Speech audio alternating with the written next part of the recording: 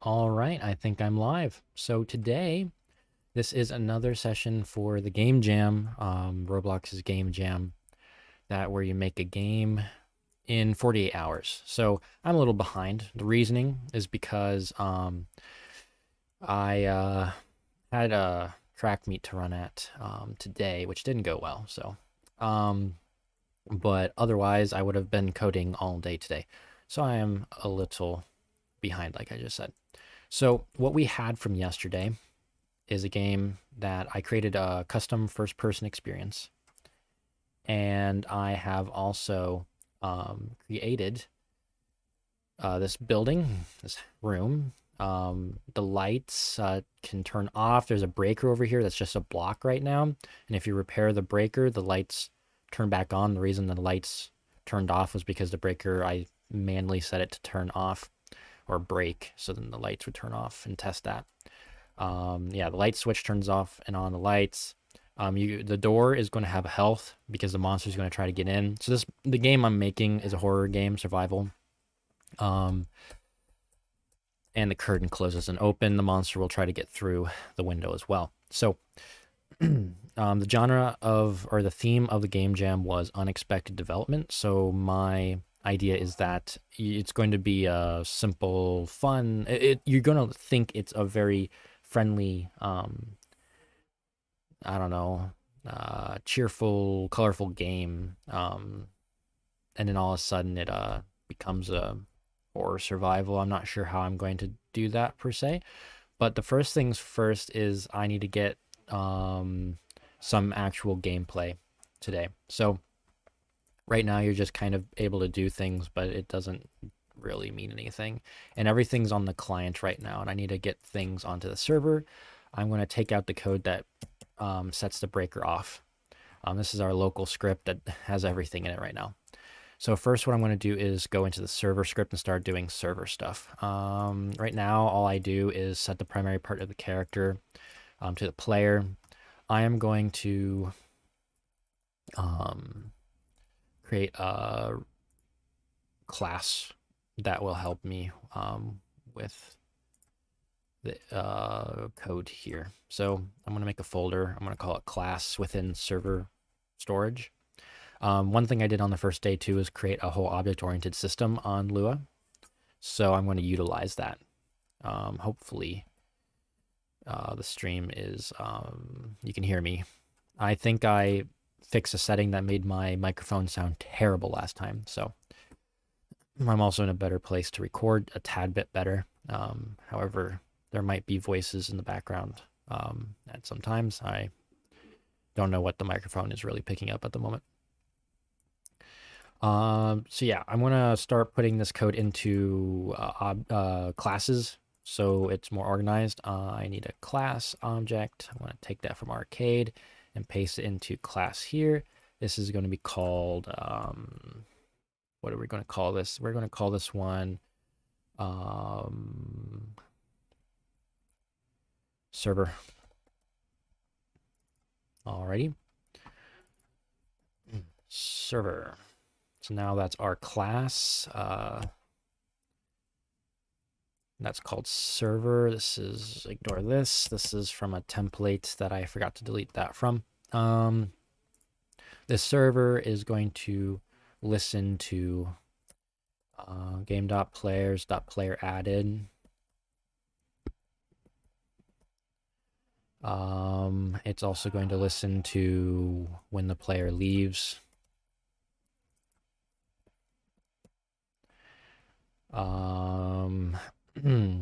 What else should it listen to? Hello, what's up? Tomid. Thanks for letting me know that you guys can hear me. I appreciate that. So we've got the player added and player removing. I'm going to create some functions in the class that would utilize. So like on join, I'm just going, whoops. Oh, I knocked over the microphone. I'm going to just call it something generic. It's going to take the self type as well as the player that is joining. So all we're going to do is call it from here. I need to create the functions here. I'm doing this as quick as possible because I am lacking a lot of time.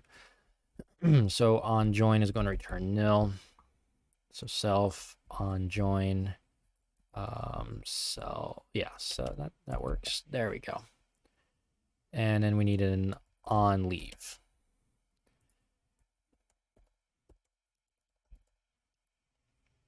I'm going to make this one line as well, just so that's not as chaotic and I understand what's going on here. So I'm going to make another function on leave. It's going to be this basically the same thing. Oh, I forgot that on leave takes the player. I don't think that matters because we're not going to be calling it ourselves, but it's fine to put it here, I guess. Okay, so now we got our on join and on leave. Print player dot name joined, and we're gonna we're gonna do it here too, on leave. So this is just to test it. Let's in our server script, this is going to be our main script. I'm going to rename it main. It's going to be the main server script. Whoa, what am I doing? We're going to require, or actually we will require, but we're going to get the server class. That's in our class folder, which is called server. And then we're going to create a new server. So local new server equals server dot new. It doesn't take any parameters, so we can just call it like that. And this should already have that code working now, hopefully. Let's see. Yeah, we have Super Speedy 101 joined. And when I leave the game, it didn't. Oh, did I not? I probably didn't bind it, did I? Let's go back into that server script here. Yeah, I did not. Or I did not finish the binding. On leave. This is why we test. And I'm just going to make this one line. Perfect. Okay. And now it should say Super Speedy 101 joined. And when I leave, it says I left. Perfect. So the server script is working for as much as we need it to right now. On join, we are going to create a player for our character. We're going to try just make this simple. We're going to make this a single player game. I do not have enough time to make this to do all the logic for the multiplayer. So some of these things are a little. I could just have the player inside in the workspace, but I am just going to create it within this on join. Even though only one player will ever join, it just simplifies things in my mind. So on join, we're going to create the character, and we kind of do this here. This was kind of just a test, so I'm just going to delete this, and now that logic is going to be located in the on join. We create the character, we clone it, we name it this, we set the parent to the workspace, and we set the network ownership to the player. I am going to... this is fine. I'm trying to think in multiple ways right now. What's up, Cool Beans dude?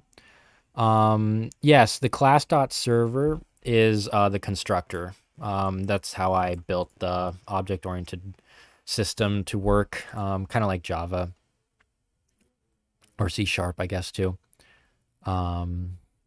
Mine's a little different than the typical way you create classes, but this is just what I'm used to. This is totally not as sophisticated as the one I made for my personal projects that have more than 48 hours to make. But yeah, that is the basics of it. So now that we've created the player character, I think it should still work. So let's make sure we didn't break anything. Yeah, it still works. So the character is created. This cylinder thing, this capsule is the character model. I just pasted it as well just to get a reference while I'm editing the room for size comparison. But that's what the character looks like. just invisible. So now that the character is made, I'm actually going to make it so that the client just kind of, ooh, this is terrible. The client just latches onto the player before the server might be ready, and kind of lets you play around. We want things to load. We need a loading screen, but we don't want to make it so evident that it's a loading screen. What we're going to do is I'm gonna have to actually make the outside of this look somewhat decent, maybe. Because that will make the game look a lot better. However, for right now, I'm just going to do this little hack for you guys. So this is a tip I have for when you're trying to make an intro screen and you want the background of the intro screen to actually be part of the game. I want it to look like the camera is right now, like looking right here, and in the titles, maybe like this. Oh, maybe like this, and then have the title. No, how about this? Over here, title screen, the play button's over here. You can see the house that you're going to be playing in. I'm going to create a part, and I'm going to rename it camera part. And then at the bottom here, you can run commands. I'm going to say workspace.camera part, workspace.camera.part.cframe equals workspace.currentCamera.cframe. That should set the part to where you were. This is going to be an anchored part as well, and it's going to be invisible. But when the game first joins, I'm actually going to set the C-frame to the camera to this part. And that should automatically make it kind of the intro screen, I guess. So let's get that set up. I don't want this to activate right away. This is what activates it to the player. There's a lot of stuff going here. I'm actually going to have to organize this. I'm going to create a new class. I'm zooming around here, but it's for a reason, believe me. Don't have enough time. So I'm going to create another class. I'm going to minimize the workspace. Arcade template class. I'm going to paste it into the class folder in replicated storage. I'm going to rename it client. And this is just going to be where all of our client code is. And it's not going to take anything as a parameter. I think that should work. I don't know why. Let me go fix that. There's an error in the template I have right here, and I should just delete this as well. Okay. So in our client, we're going to do most of what we had down there, but we're going to split up into different logic clumps of functions. I'm not sure exactly what we have. I've kind of made a mess here. So this is the player controller update. So update player controller. And I'm going to put that code into there. There's a lot here that might not exactly work right away, but I think it is very important to organize this code a little bit better. There's going to be a lot of variables that don't exist, but we just do this one step at a time. Game get service, user input service. That fixes that. The linear velocity needs fixed. The new camera needs fixed. Let's see what we had in there for the camera. New camera was a first-person camera. Okay, so that's something that's going to be created within the constructor. I'm going to do a function class latch. No. How about play? That's just lets the camera go to the player. That just lets me know that the camera should latch on to the player. The client is going to first, when it's first created, this is when this, oh, I haven't utilized it yet, but um, I'm going to disable this local script so it doesn't interfere with what I'm trying to test here. But what I want to do is take the current camera, workspace.currentCamera, dot camera type equals enum dot camera type dot scriptable. Then I'm going to do workspace dot current camera dot cframe equals workspace dot camera part dot cframe. This should lock the camera when you first join in to where we had the camera part. I'm going to create a new local script. Yeah, this is going to be a new one, and I'm just going to require the client class that we just created. So game.replicate_storage.class.client, and we're going to create a new one. We could make this a singleton, but I didn't design that, or I tried to, and I deleted the code accidentally. Do you have fun looking at back all of your BYM stuff? Yeah, cool beans, dude. When I saw that Build Your Mech was back online on Roblox, when I saw my stuff, I was like, oh my goodness, I remember building all these creations. I was so sad when it, as everyone was that played that game. I was so sad when it got taken or closed, but reopening it and seeing all my creations I made from 5 years ago, 6 years ago was insane. That was a wild time. I was a better builder than I remember. I couldn't build it like that anymore though. New client is just client.new. Let's test what this does. Sometimes the cameras with Roblox can act a little whack. So that's exactly where we set the camera part. So that's what the player is going to see when they first join into the game.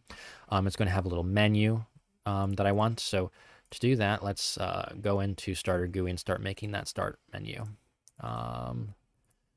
This game, so the whole point is that there's going to be a plot twist, and that you don't know coming into this game it's going to be horror. You don't know it's going to be horror. It's if you I'm trying to think of an example of that. I mean, if you ever seen the Let's Plays of Doki Doki Literature Club, yeah, that game tried to act like a friendly game until you play it. Something similar to that, but totally not like that game, like genre at all. It's not so that's the thing though. We need a name that doesn't signify that it's a horror game. So I was thinking that at the first, like, you're playing the game, it's just like, okay, gotta do your chores. Like, I don't know. I don't have enough time to actually make a full-fledged like world here. So what I'm thinking is you join in the game and it's like, okay, it's time to go to bed. So nighttime simulator. How about, oh, that's a good name, actually. I'm going to go with that. So it's like nighttime, you got to get ready for bed. You start doing all these chores that the game tells you to do, really boring stuff. Like people are going to be like, oh, this game sucks. And then the last like objective is going to be fortify the door or something like that, barricade the door. And you're going to be like, what? And then it says go to bed. And when you go to bed, there's going to be a cutscene where something's banging on the door. You wake up, grab the flashlight, you get the new objective, survive, and then you survive for the whole night. I'm going to just make it one night. I'm going to make it one difficulty. It's going to be medium easy so that newcomers don't, like, people can win but you won't win on your first try is the whole goal here. I'm not going to be honest, I'm going to try to make it easier than harder if possible, because I might get lower scores on the game if people can't beat it at all. I'm also going to make sure that they can skip the first day if they've already played it. The getting ready for bed so they don't have to play the stupid part of the game. But anyway, I'm rambling. Let's get that starter screen going. We're just going to call it Nighttime Simulator. Everyone's going to think it's a simulator game, and they're going to think it's so stupid. And then they're going to be surprised when they have to survive. So to do this, we have a screen GUI. We're going to make a frame. It's just going to take... do we need a frame? I think we just need a... I guess. Maybe. I don't know. I'm trying to think of how I want the game to... the screen to look the title's going to be here, and then it's going to be a play. How about we just don't try too hard right now? Let's just make a text label. It's going to be called title. It's going to be called, the title is night. Oh dear, is it nighttime with a space? I would believe so. And we're going to make background gone. We're going to make this much bigger. Size 0.2, 0.2, 0.5. We're going to make the rich text, and then we're going to scale the text. At this point, I can just do this. Look at that. Wonderful. The position, yeah, that's the right type of, yeah, right there. Boom. Nighttime simulator. And then we're going to make this title white.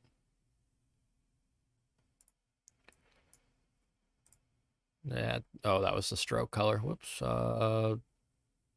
Text color white. We're going to make this bold. And no. We need a, no. That's fine. Could be a little less cartoony.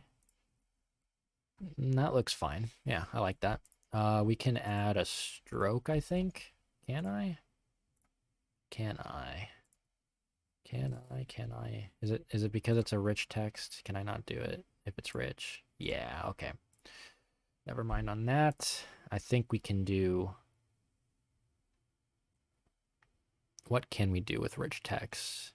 Does it have a stroke? Yeah, it does. But it's... Whoops. It's only barely. Okay, that's fine for right now. Then we just need a button that says play. Text button. We're going to make this size a little bit smaller, so 0.2, 0.1. And we're going to position it in the middle, right here. Make that text scaled, make text play, make the background green, I think. And then the text white, text bold, wherever that option is. There we go. We also need the text to be more visible, so we're going to change that color of the background a little darker. That's fine. That works. Let's see. So this won't go into the player automatically because starter GUI only sends the GUI into the player when the Roblox character loads. And since this game doesn't load a Roblox character, it will never get sent into the player GUI. So I'm going to ignore GUI inset. I'm going to turn off reset on spawn on their screen GUI. I'm going to change the screen GUI to start screen. And then what I'm going to do is within the client class, I am going to put it into the player. Local player equals game.player.local player, local player GUI equals player, wait for child player GUI. Okay, so now we have the player GUI. We also need the start screen. I think you can just access it from starter GUI, but I am going to make sure by doing game dot starter GUI dot wait for child start screen clone, and then I'm just going to put it into the client constructor start screen dot parent equals player GUI. Let's see what happens here. We join the game. Boom. The GUI got added, and we only have one of them. So it was it did not just automatically send it into the player GUI. We had to manually do that. So now what I want to do is add a script to the GUI. That's going to be very simple. We're just going to go inside the start screen into the text button. I'm going to rename this play, and I'm going to add a local script and local button equals script.parent button button.activated connect function and print start.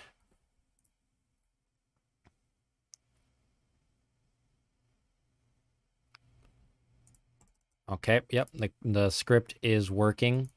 So what do we got to do now? We got to let the game know that we want to start.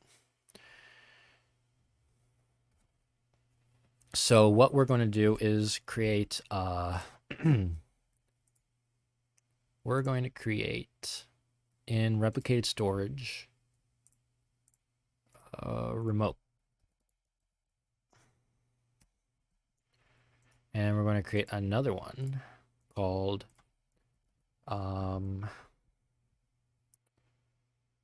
this is fine. The game won't be big enough to need multiple folders. Let's insert a remote function.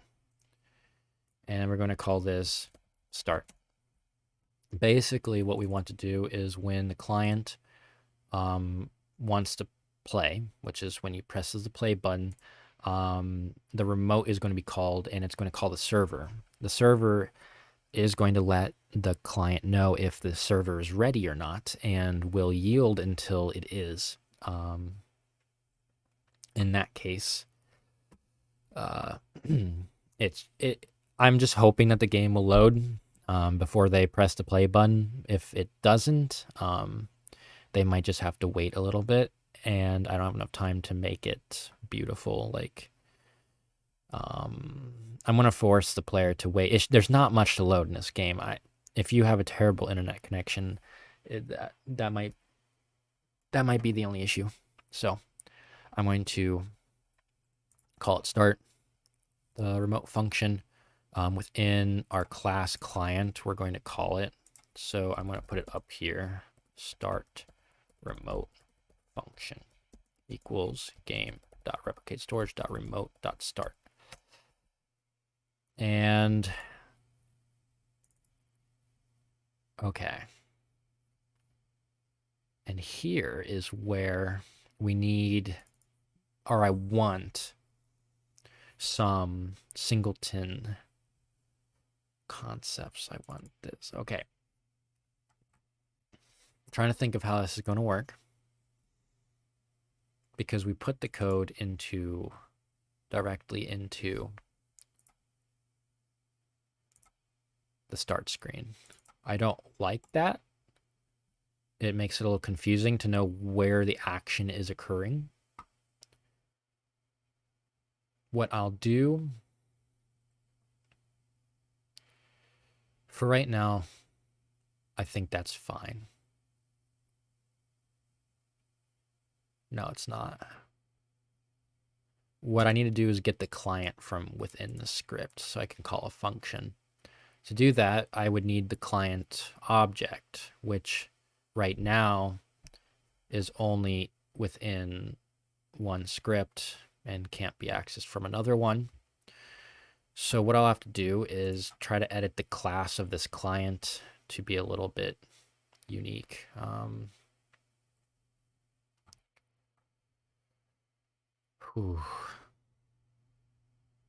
Okay, I got an idea. I can make this a little special where I don't like doing this, but for right now, this is what I'm going to have to do. I'm going to give this class a custom .new function. I'm going to override the old one. And what it's going to do is it's going to do if singleton, then return singleton else. And this will return a new class like it normally does, which just does this. So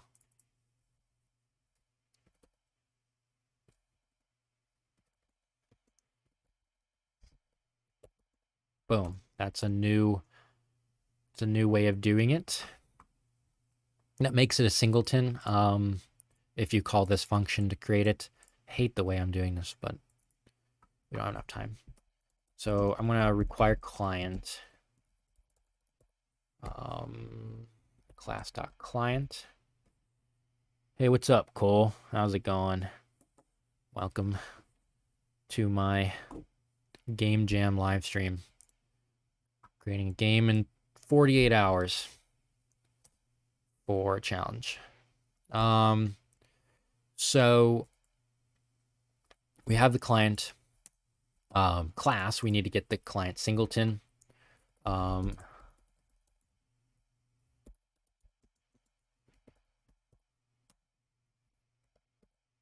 think that should be correct.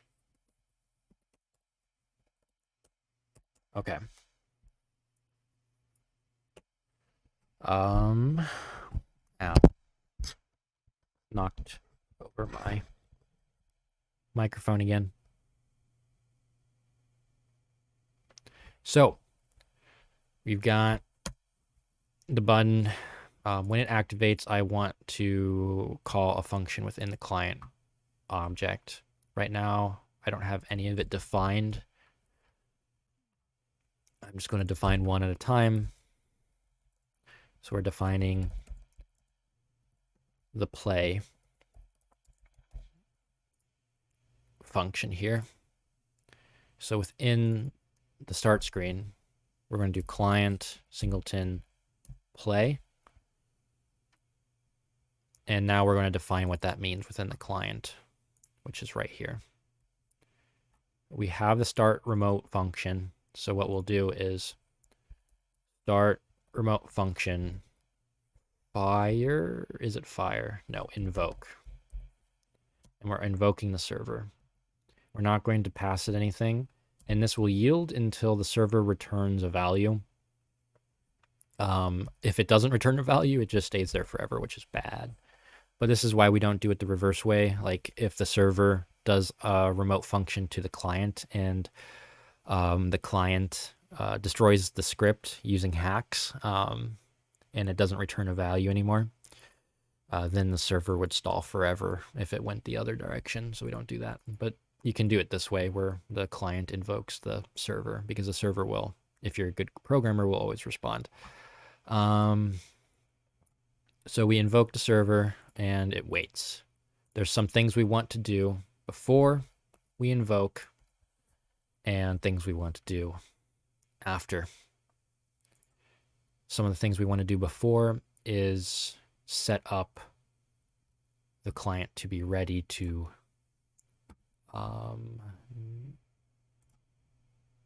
get ready to I'm mind blanking here, to latch on to the custom character we have. That could be after though too. Let's see. So we're just going to invoke right now. Let's just create that into the server. So server, we're going to do, let's get the remote local start remote function equals game.replicate storage.remote.start. And we're going to set the invoke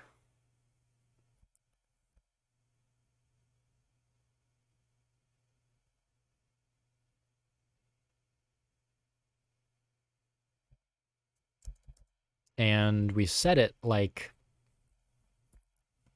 it's a property, but it's a function that we put into it. So equals function, it's not going to get anything other than the player. Really couldn't care less about the player who's doing it because this is going to be a single player game. Hey, what's up, Rockets? How's it going? Appreciate seeing you again in the live chat. Hopefully my microphone is better than yesterday because I saw a setting that was lowering it to like radio quality or even worse. I don't know, but so now we have this. We need to make sure that the game loads before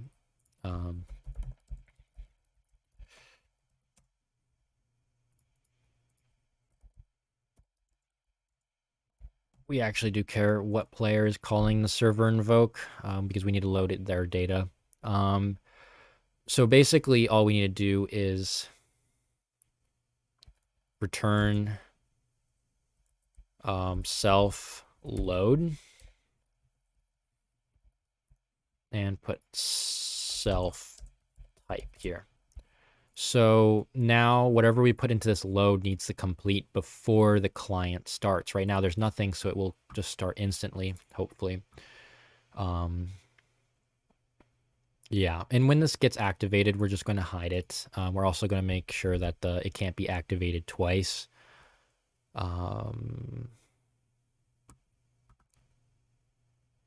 But for right now, let's just hide the GUI when it's activated. So this is inside the play. So all we need to do is script.parent.parent.enabled equals false.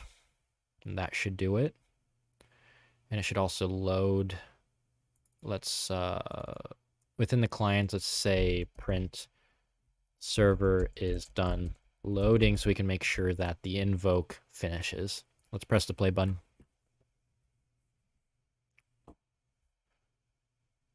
Okay, we got the start and we pressed the play button and server's done loading. So it did invoke the server returned its values and would only do that when it's done fully loading. So that's cool. And when it does, we want the server. Oh, wait. What? Where do I create? Oh, right here. So the loading is actually going to be done. I might call this wait till load. Because we're not going to actually load from this. We're loading from this. So wait till load would make sense. Wait until loaded. And boom. We don't need this, but it's fine. We don't need the player to be passed. And now all we would need to do is say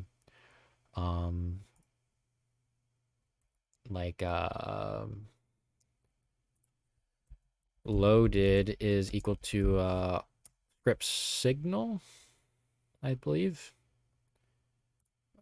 Self-loaded wait. So it's going to wait for a call for this RBX signal to fire. Right? I'm trying to think. Am I thinking about this correctly? I think I am. So what we would need to do is create a loaded self.loaded event equals game.instance. Wait, what? Instance.new. We want a bindable event. Right? Yeah. And the bindable event is dot event. Wait, okay. So we want the dot event self.loaded equals self.loaded event dot event. So that creates the event. We wait here, but on join, we want to call it self.loaded We need this loaded event. Self.loaded event fire. We're firing the event, which will stop this from yielding. We don't need to pass anything. So now it truly will wait until the character is loaded into the game, which is what we want. But we're also going to be loading player data. If this game will have any, I didn't think about that. It might not need any save data, but it might. So let's continue on. This is going to be annoying if it stays here. So what I'm going to do is I'm going to enable it, but then when the client puts it into the player, it's going to be enabled like that. So let's press the play button. Think it should work. Well, that doesn't seem good. Oh, I forgot. So within server, what if it loads before it starts waiting? It'll just wait for nothing. We need a self.isLoaded, which is going to be a boolean. It's going to be false. Then when it does load,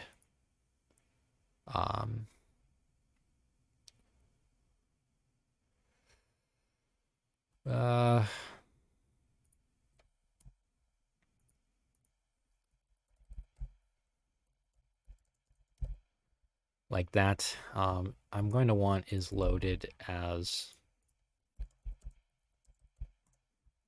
something you can access easily. So now it should, no, wait until loaded. We're going to change this a little bit. If not self.isLoaded, then wait. If not, it doesn't do anything. It just finishes. So now if we play it, it should load. Server's done loading. Okay, so now that we have that, we want the client, when they press the play button, you want it to latch on to the character that we've created, which would be done here.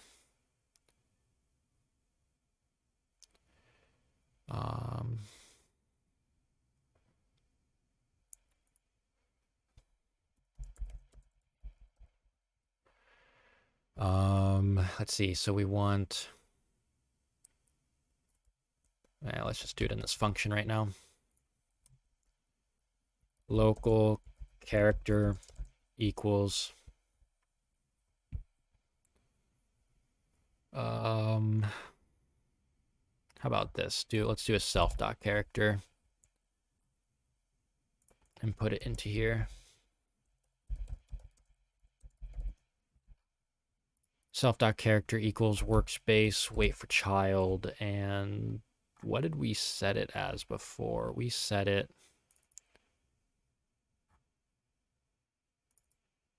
oops, that's in the server, on join, it's player and this name. So let's latch on to that client.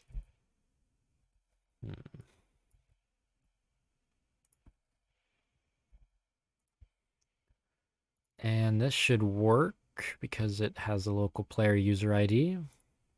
We're waiting for the child, and we can take a lot of the code from before. Where is that code actually? Here? Yeah, okay.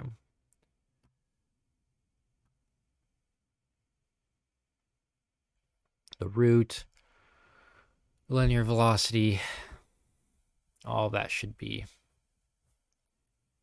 around here.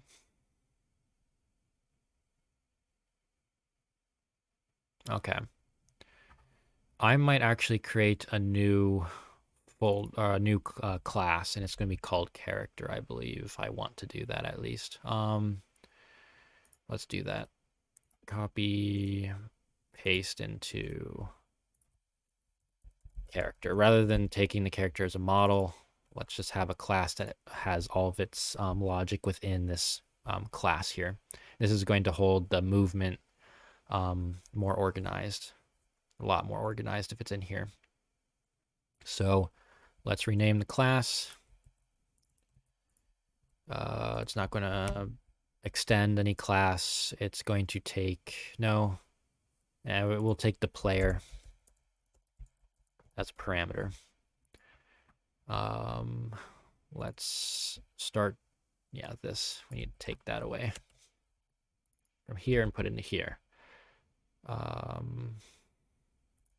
We can change this to model.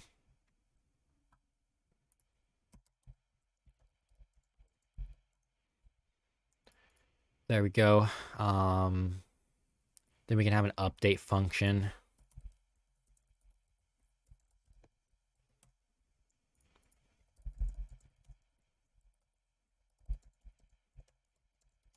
And that will be where it gets the movement vector.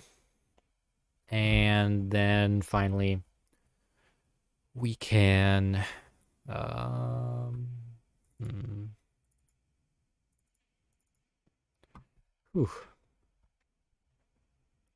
let's just create it real quick. So in the client, let's require it. Local character equals require script dot parent dot, no, don't do that. Game dot replicate storage dot class dot character. That should work. And then we're going to create a new one here when we play. So self.character, character is now going to be character.type up here. Self.char, oh, forgot this. I think play, yeah, play should be called with its self-type. Hey, welcome to the live stream, people that just joined. I can see that the viewers just increased. What's up? We're making a horror game, 48 hours. Nothing, no big deal. Self.character. Don't mind if stay around for a little bit. Let's see. So self.character is equal. Yeah, it already knew what I wanted to do. Self.character.new, and we're passing in the player into this. So now we've created a character, and it should know that it just wants to. We're going to make it so that it just latches onto the player when it's created. The camera is not going to be set to it though.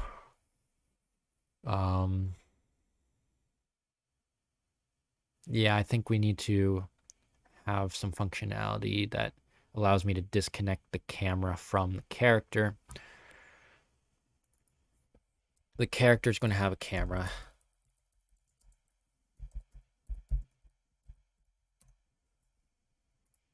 And did I create? No. It doesn't matter. The current camera that is the first camera that's created. I don't care if it gets discarded because it's only going to be used for the intro screen. Oh, I just ruined that code. Okay, so on the character, I think this works. So what do we want it to do? Let's go back to the client. We play, we create a new character. We want that to start latching on. This code actually is going to be within the character now. It's going to take away a lot of the code from this script. And we're just going to delete this function. It's going to be here now. Doop. New camera. Oh, I probably, okay. No, it's not going to be instance.newCamera. It's going to be, right, okay. In the workspace, we have, no, it's not in the workspace.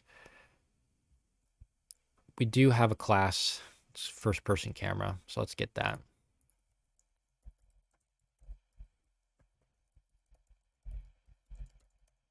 Game.row class first person camera.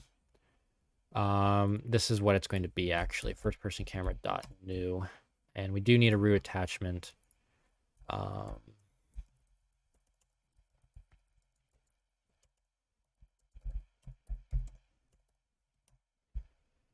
So we need to find that first. That's just within the model, and the model is in replicated storage, right? Or is it in server storage? It's in server storage. Why do I have two players in here? Are they the same thing? Dear goodness. Okay. Delete one of these. Hopefully it's not the one I needed. This should work. The player just, it's dot root part. Dot, wait, what does it need?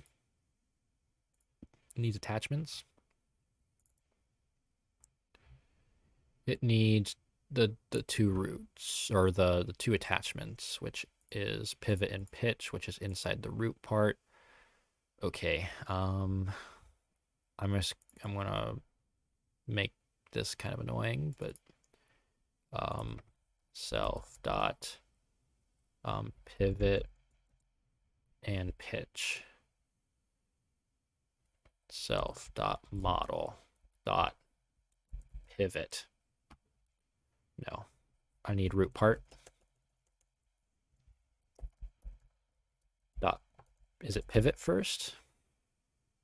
It is root part dot pivot, and then self dot pitch is just self dot pivot dot pitch.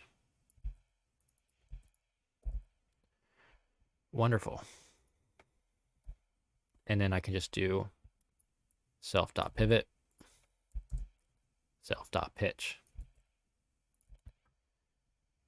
And then do I just activate it? Do I have to activate it? I think I do.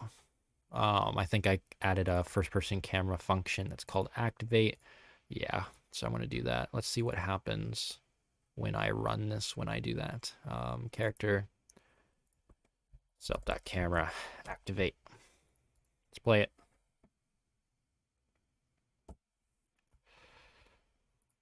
Nighttime simulator.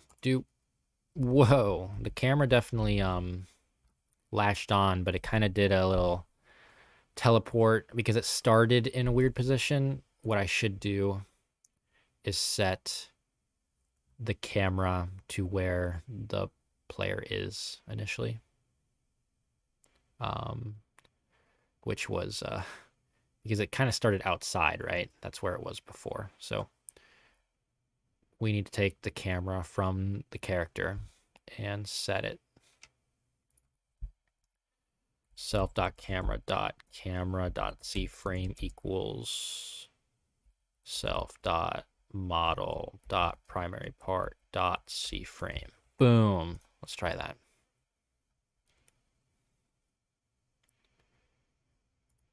Much better.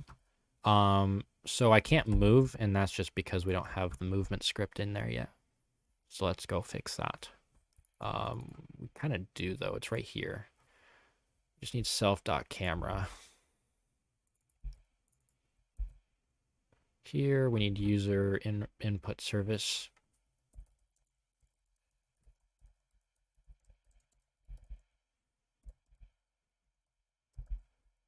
And then we need linear velocity, which is,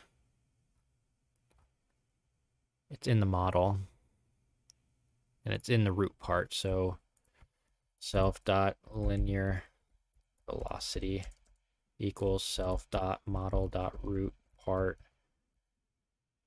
dot linear velocity. We're going to make that into the type so it's easier to access, and then it's going to be self.linear velocity down here. That should fix it. So now all we got to do is call the update. So why not just do a run service heartbeat? Run service equals game get service run service heartbeat connect function delta time. And I'll just do this self update. It's getting delta time, which is a number, and that's how many seconds between each physics frame. And since we want it to be smooth movement, we are going to multiply this. I think we use this. Yep. This is going to be times delta time times 60. So we're just assuming that the game is going to be trying to go at 60 frames per second. A very simple calculation. And I can move. Perfect. We basically just got back to where we started, but now the code is, oh no. Well, that's not good. Why would that be any different? Interesting, interesting, interesting. Player's definitely near the... Oh, I think I forgot to do some other things as well. However, the player is now movable. We're not quite back to where we started yet, but we're close. We're much closer. But we have a start screen, which is great. Much more game-like, I think. So what I forgot to do was all the other things that this unactivated local script did, which is activate all the prompts, and it had its own code here. So in the client, we're just going to create functions. Function class activate prompts. And we're going to take the code from down there, which is right here. Let's just take the prompts first.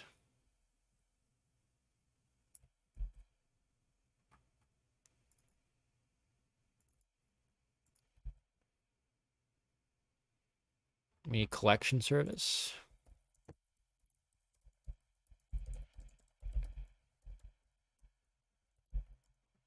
Okay.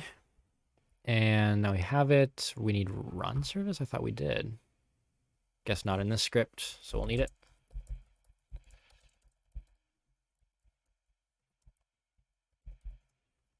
There we go. Now this code should be runnable, I believe. Yes, yes. So we just will call it when the client is created. Or, no, when the, right here. Right when this gets activate prompts.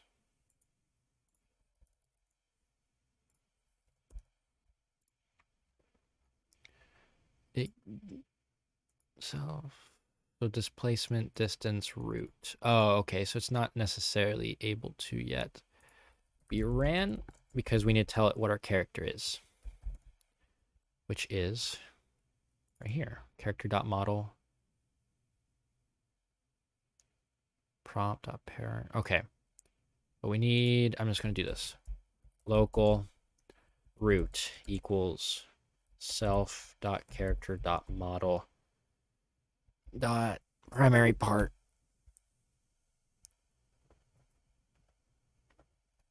And that should work. Now the prompts should pop up, I believe. Let's test it out. Yay. Just, oh yeah, there's other things that need to be done before it's completely fixed. Oh, that was a weird glitch. Let's go back to the client, and we need one more thing. What did we forget? We forgot the switch listeners, which is just for the light switch. So do basically the same thing as before. We're just going to create a function. Activate switch listener. There we go.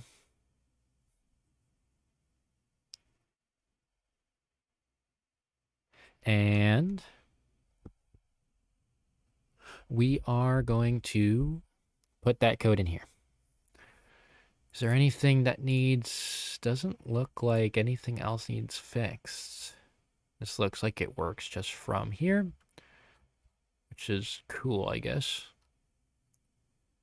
We're just going to call that activate switch listeners. I'm guessing there is a better way to do this, but...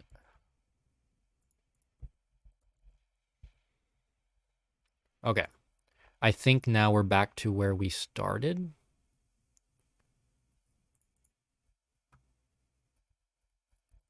Yeah, we are.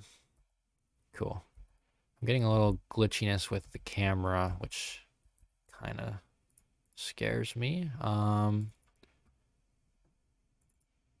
First person camera. I think it might be the clamp isn't clamping enough. Let's make it 30 frames. Okay. Oh, yeah, it's glitching a little bit. Hopefully that won't happen when they're in game, or hopefully it will only happen once and won't glitch around. I'm moving my mouse a lot, but if there's frame skips, it seems to act a little whack.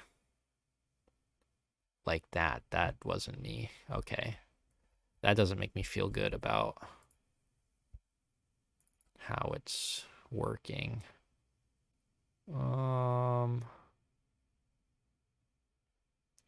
What if I took out delta time and just didn't care about that? How about that? I'm wondering if delta time, if a frame takes really long, if it just creates that issue of skipping. It might also just be Roblox Studio. Sometimes Roblox Studio just acts really weird. Okay, it's still doing it. I don't know why in the world it would be. So I'm going to put delta time back in. Whew, I have no clue. I'm just going to ignore that. Actually, what I need to do is I need to make sure that that's not happening in the actual game. I'm going to change the screen in a second to a Roblox. Whoa. This is cool. That's not what I wanted. Window capture. I want to capture the Roblox. It's not popping up.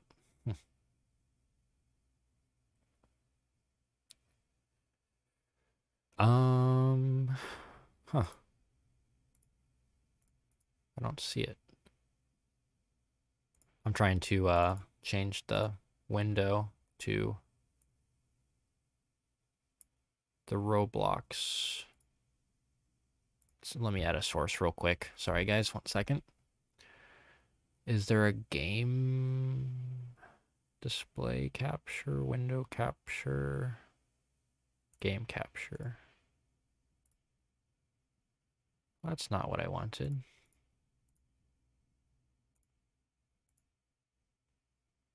So just showing that. That's really annoying. No. Okay, whatever. I'm just going to test it in game. No, it doesn't seem to be glitching at all. I think it's just Roblox Studio being Roblox Studio. Hopefully, having a lower frame rate wouldn't cause the jankiness that I saw in Roblox Studio. I know you guys can't see the screen. I couldn't figure out why it wasn't working. But yeah, we're just going to leave that as it was. So this works.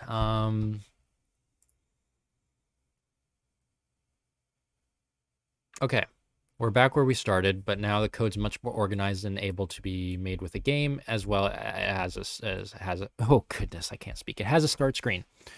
Let's start loading the game actually. So the game is only going to save if you've played the game before or done the first day. Otherwise, it's just going to be a survival game.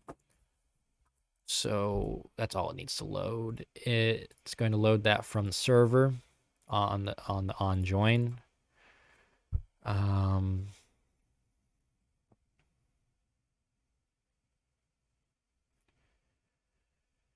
Let's see. So We need to get some data store logic going here.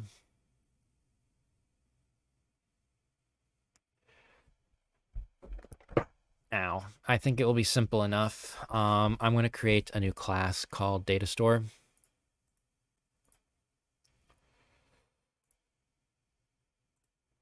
And it's just going to have all of our logic for data stores.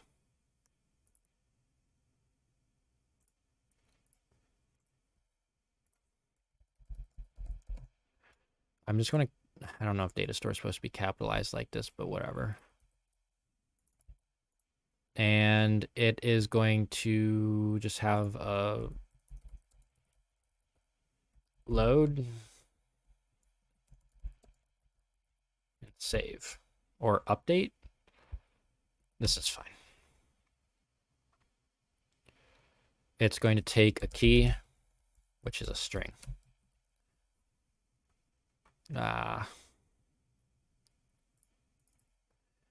We're going to require data store service.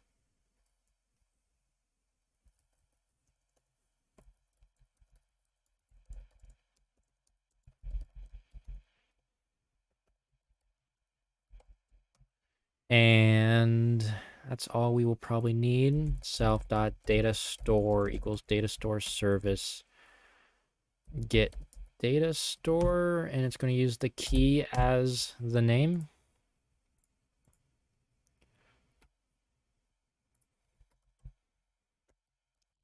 Data store is a data store. So when we load, we're going to do a return peak call function. We're going to do, so peak call makes it so that if it errors, it doesn't crash the whole thing. We're going to return self.data. Forgot the self up here. Data store get async. It's going to be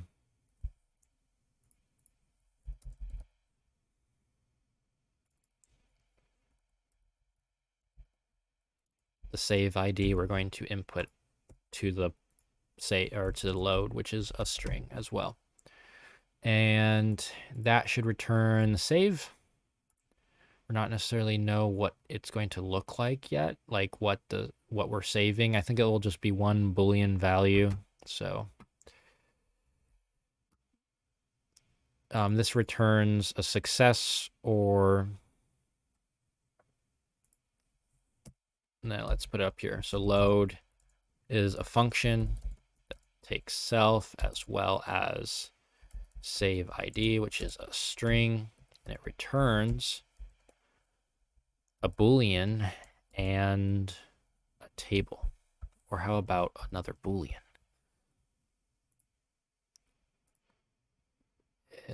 We could just say it's any, because this is kind of a generic data stores class. However, we know what's going to be loaded, but I guess that doesn't matter. So that loads it. It also tells us if it succeeded or not. If it doesn't succeed, I'm just going to make the player, kick the player, so they don't load, I guess.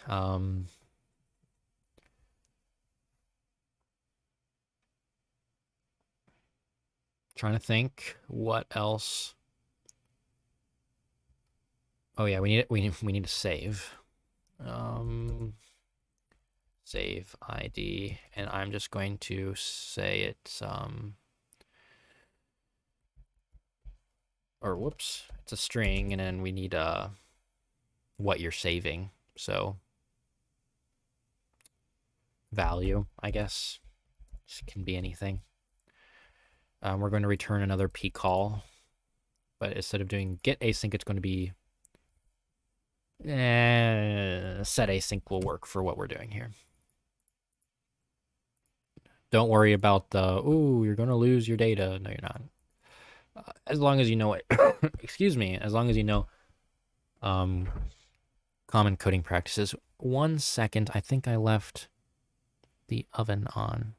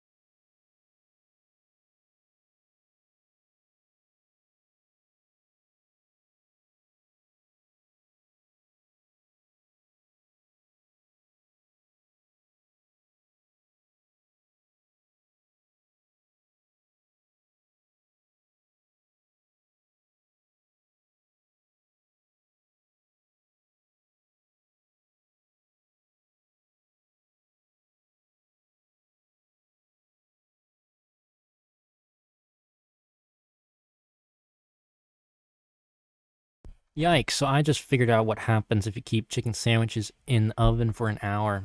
That's great. So those chicken sandwiches are dead, and I'm a very sad, sad man. Hey, what's up in the chat? The game jam ends at 5 o'clock tomorrow, and yes, this is a Roblox game jam. Yeah, I didn't know that they had that either, but they do, and I don't like the genre. Genre is unexpected development, which is very vague. But yeah, we're making a game that doesn't seem like a horror game at first, but is a horror game. Welcome to the stream if you're still here in the chat. Rest in peace, those chicken sandwiches, though. They are burned. I forgot I was going to make a little snack while I was streaming, but alas, was not meant to be. So we're saving. We're returning save data store, set async, save ID. But we also need to pass the value that we're saving it into. That should work just enough. We save, we load, ta-da. Server is going to require that. Local data store equals require game.replicate or server storage dot class dot server. No, oh dear, data store. And now we have our data store class. We need to create an object. So it's just going to be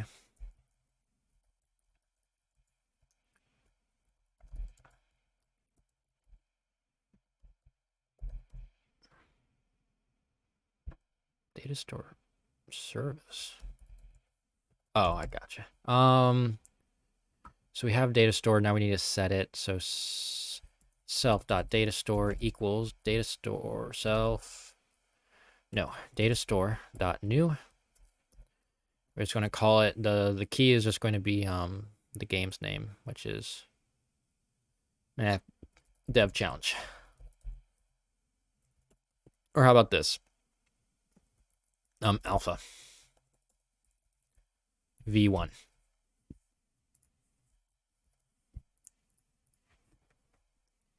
That's just going to be if we need to create a new slate of saves. We can just change the name of this, and it will create a new saves for everyone.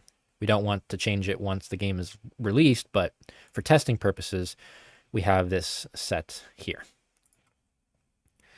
Self.datastore. We need to wait until loaded. Yep. We get the data store. We gotta load. To load, we do this here. So now what we want to do is load the data on the onJoin. I want to make a little note to myself that I'm not supposed to put anything after this.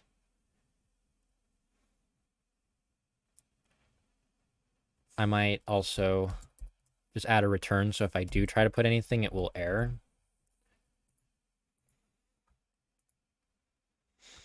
Um,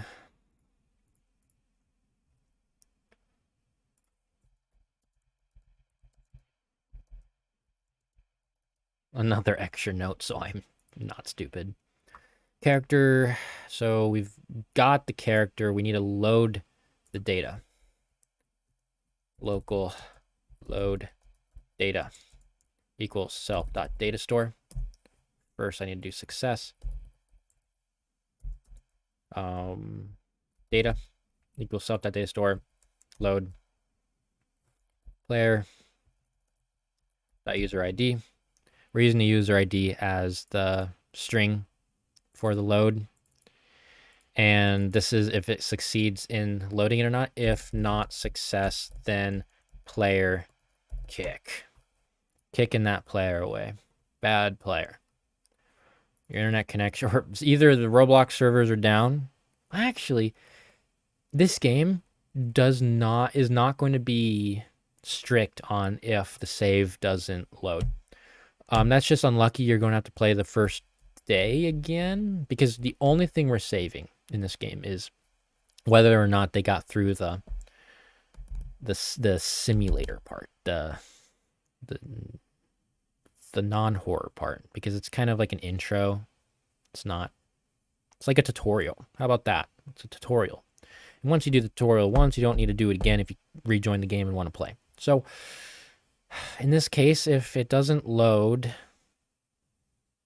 it's like too bad. You have to play this tutorial again. We don't need to kick the player for Roblox's data store being down. Other games you would have to, because you can't play the game. You don't want the player to play the game if they have a save and it just didn't load, and then they close the game and it saves over their actual save that just failed to load before. Happens a lot with new programmers out there. Dang, I can really smell the burnt. I'm going to make sure everything's okay with the chicken sandwich, that it's not like caught on fire. I took it out, but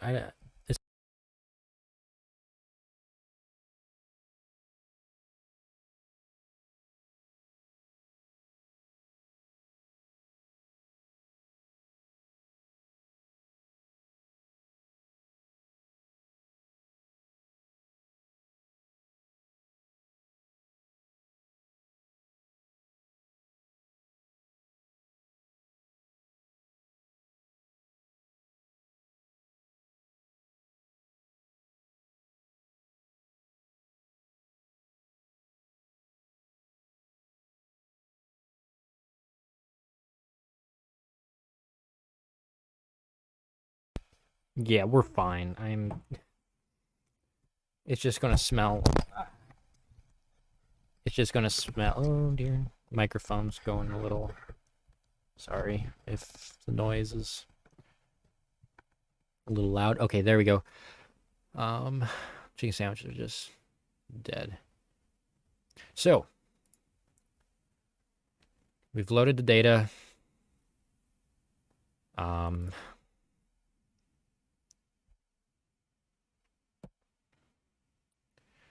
Local skip intro equals success and data, or false. So if either it didn't succeed or it returns, well, it needs to, the load had to have succeeded and the data return has to be true in order for this to skip the intro. Otherwise, it's false. The data would be the error message if it did fail, but I don't care what that is. So now we have, it does need to skip the intro, or if it doesn't, for right now, let's just act like you do have to do the intro. I'm going to print out what skip intro is. And I'm going to also print out data just in case it errors. Let's press the play button, see what happens. Okay, yeah. Studio access to API is not allowed. I just need to set that in the game settings. So it errored. There we go, right here. Just have to set this to true. And let's try that again. Studio access to APIs is not allowed. APIs.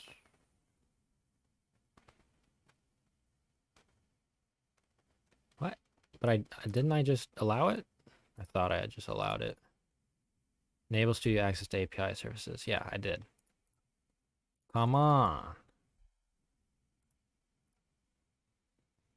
Do I need to publish it? No, okay, it just took a little bit. Now it works. Returns false, and that's because the intro, it's nil. So that's good. Skip intro is equal to false. So in this case, we would not skip the intro. If not skip intro, then no, we're not doing the intro here.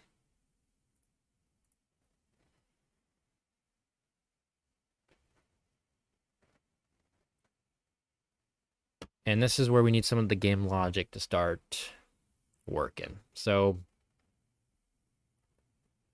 we need tasks for the player to do. And we also need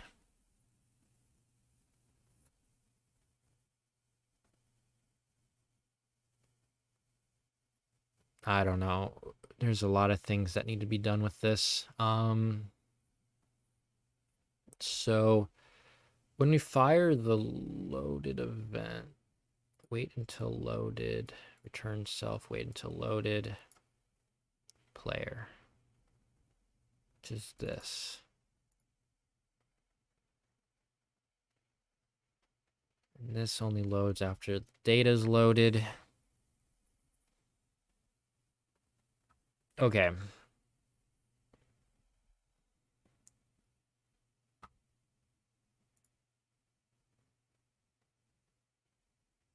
So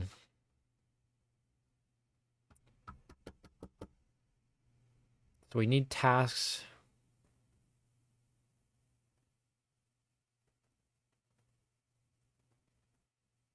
to do. And those tasks are going to depend on which day it is, or if we're skipping the intro or not. If we're not skipping the intro, then tasks need to be the chores around the house, which is not coded at all yet, but like close the curtains, clean up the room. There'll probably be trash or something you got to pick up. I don't know. It's gonna be stupid. And then fortify the door and go to bed. It's just going to show you basically the gameplay mechanics. So the gameplay mechanics are going to be closing and opening the curtain, fortifying the door, or repairing it. It might even, the power might go out with a mandatory forced event while you're in that day cycle. And then once you do that, then it switches to the survive the night, which is the unexpected development. It's not a cleaning, or it's not a night simulator. It is a survival simulator. So this light looks so derpy up here. Can I at least make it yellow?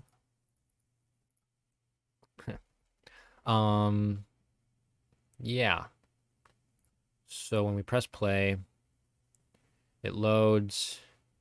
If it's the daytime, when I press play, I want it to... This is a good place to just spawn, I guess. I don't have to change anything. But I do need to do the tasks. So server.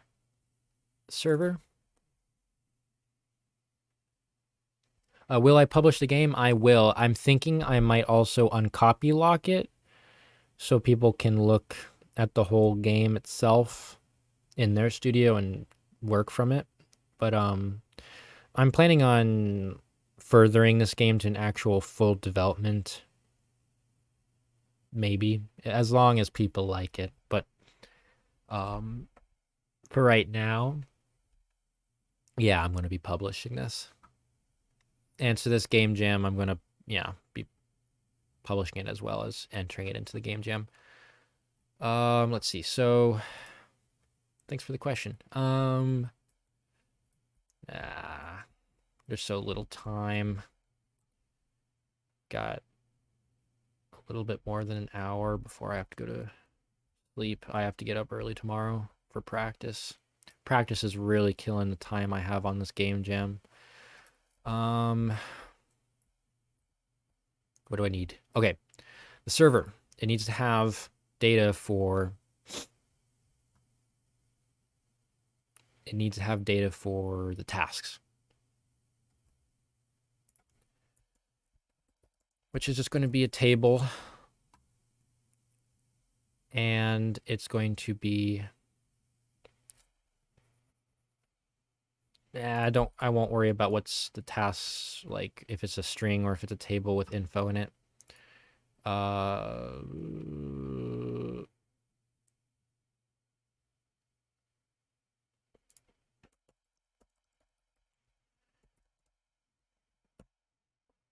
So the intro,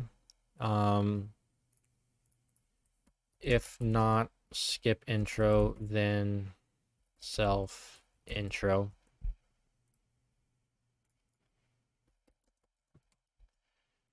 Self.tasks equals that.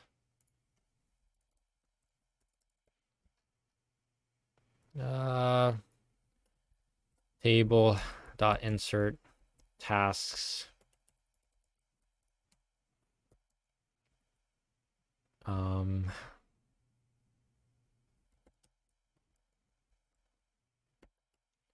Close curtain. So I'm just going to create tasks here.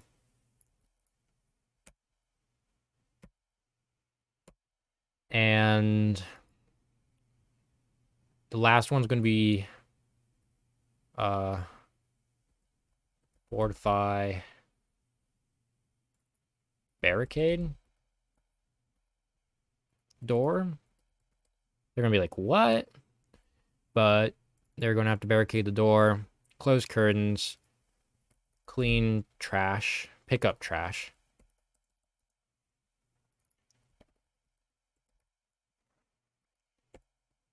What else do they got to do?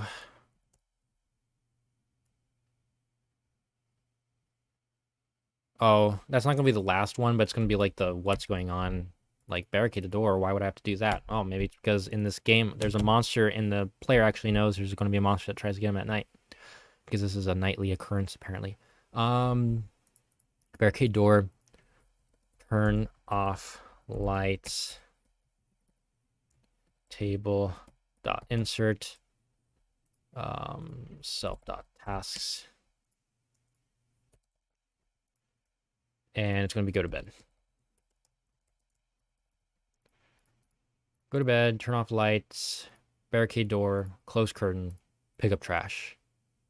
And what else can we do in here?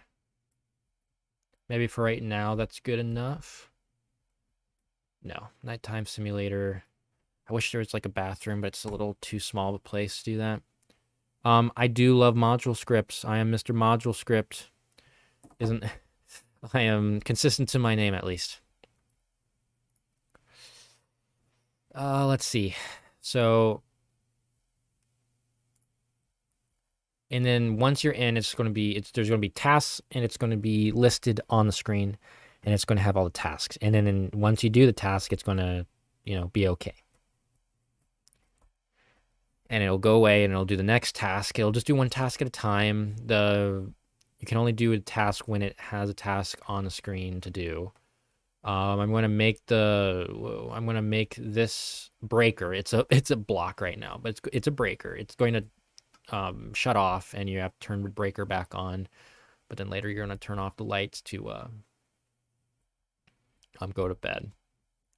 It'll allow you to do that. And once you go to bed, it'll start the cutscene for the nighttime transition and the survival objective. So let's just call this good. So close curtain. How about pick up trash, close curtain, barricade door, turn off lights, go to bed. And we can add more things to this. One thing it will do is repair breaker. Repair breaker, barricade door, turn off lights.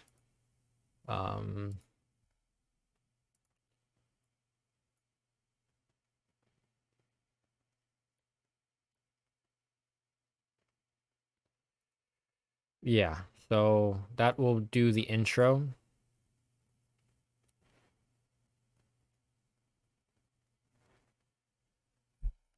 Um, hmm.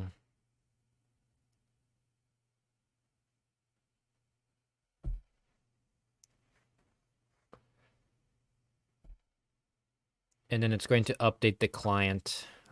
There's going to have to be like a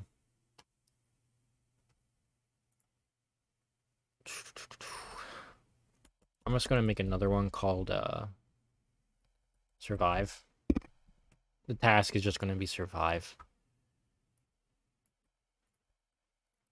And that's only if you get to skip the intro to the game. If you've already played it before.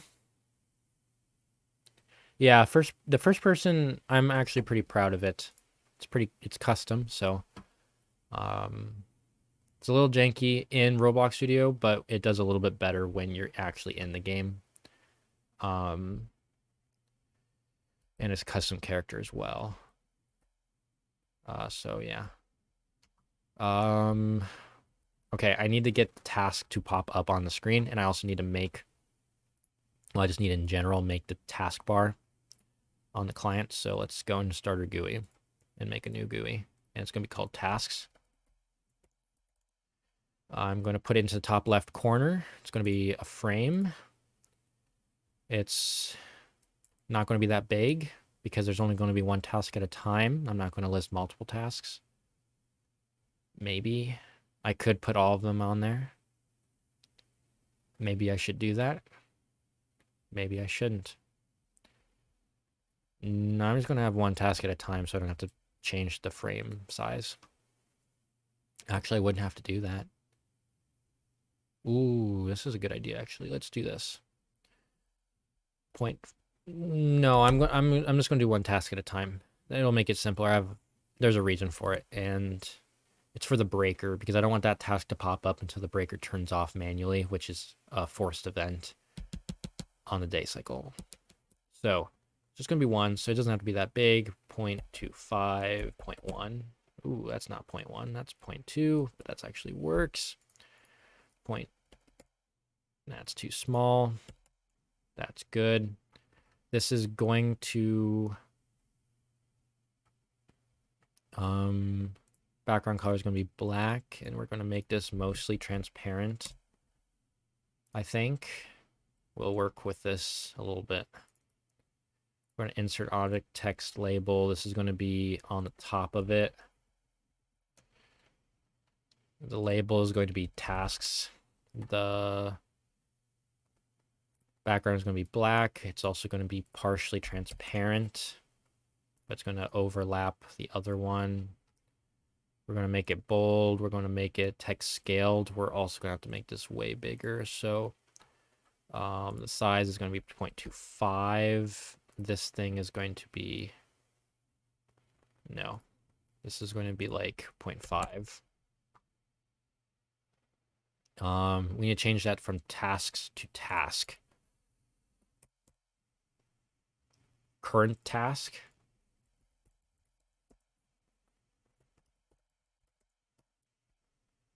Current ask. No, current task. And it's going to be white, the text. We're going to make that background a little bit darker, or a little bit more less transparent if I can find it. There we go. Okay, there we go. And then we're just going to put the task as well in there. This is going to be the same size as the other one. That's not the right thing to edit. 1.5. And then it's just going to be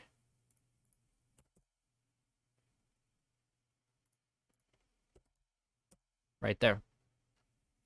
This is going to be the current task. It's going to be centered, which it already is. The background is going to be transparent.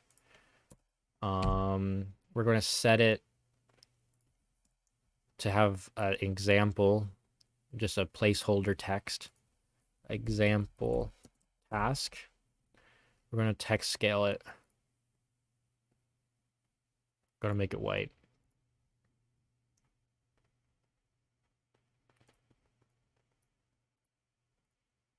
Perfect. I think that's a good enough position for it. So we're just going to keep it there. We can always change it. I'm going to disable it so I don't have to view it while I'm editing the game. And then in the client, I'm going to put that into the client screen when they're ready, when they're loaded. So local task screen equals game.starterGUI, wait for child, tasks, clone. If you, the only reason I'm cloning it and not just playing the game, the way I have the game, Roblox character doesn't actually get loaded, so the starter GUIs don't automatically get put into the starter GUI, so I have to manually do this.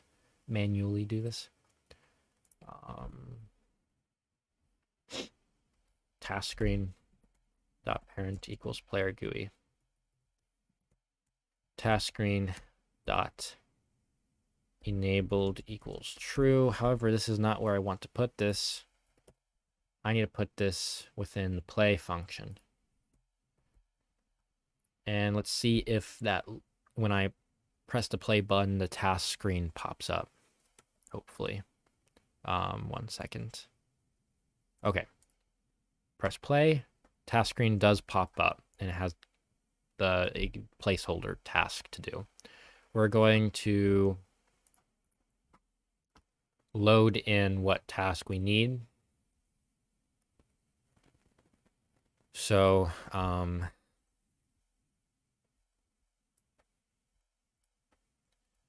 let's do that. I guess we need to load what tasks we have to do.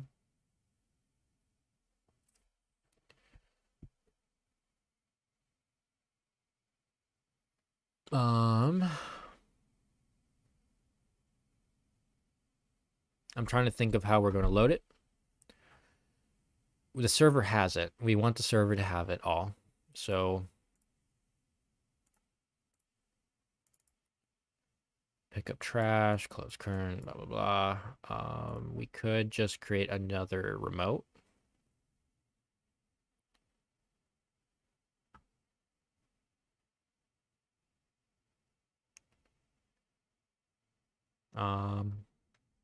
Yeah, let's do that. Let's add a remote into replicated storage. Update tasks. So I'm just going to call it, update tasks because we're also going to use it to say a task was done. But we'll also use it to just get what task is current.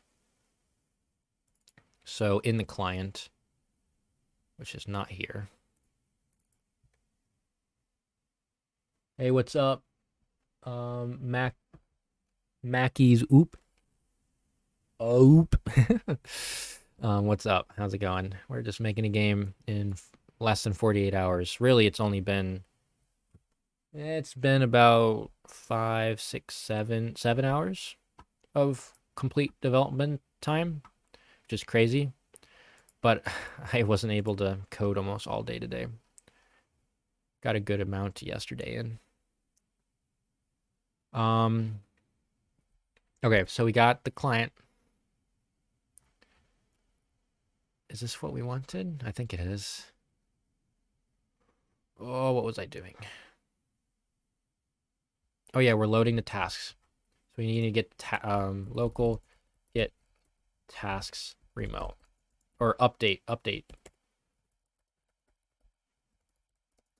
game.replicate storage dot remote dot tasks. No, update tasks.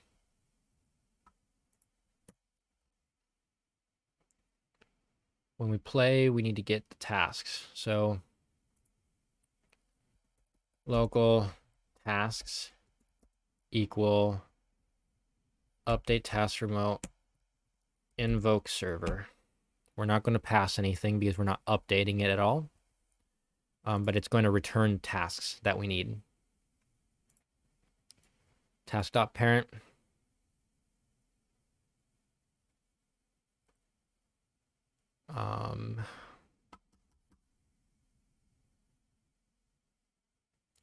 So we have the task screen. Task screen got a frame. Task called, yeah, the frame was fine, but we need to name the text labels we have inside. Task name.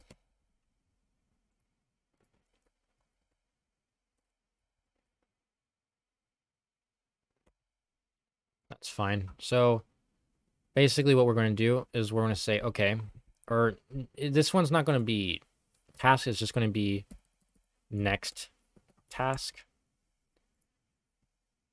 It's going to be a string.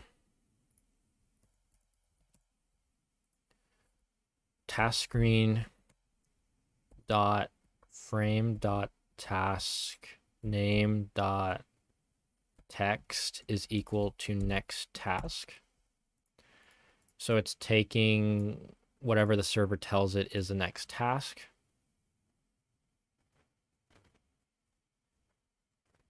And we're just going to load that first.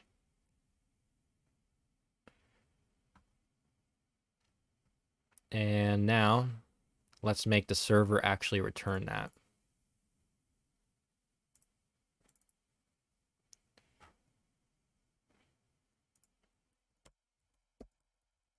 Get next task. Turn self.tasks 1. Now it should be update. Update. So here's the thing. We're going to take a string. We're going to believe the client.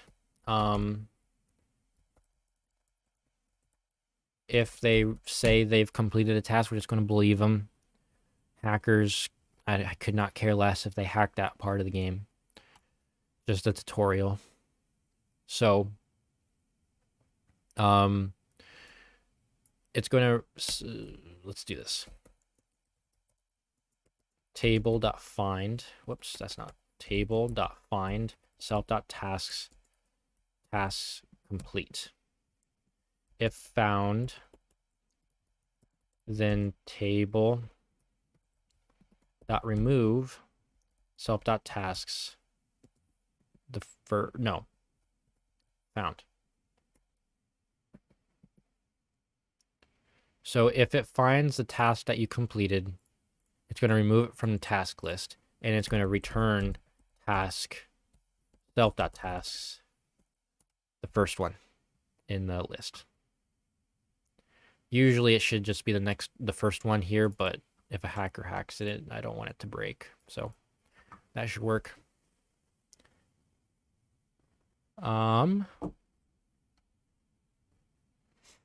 Let's see what else we can do here.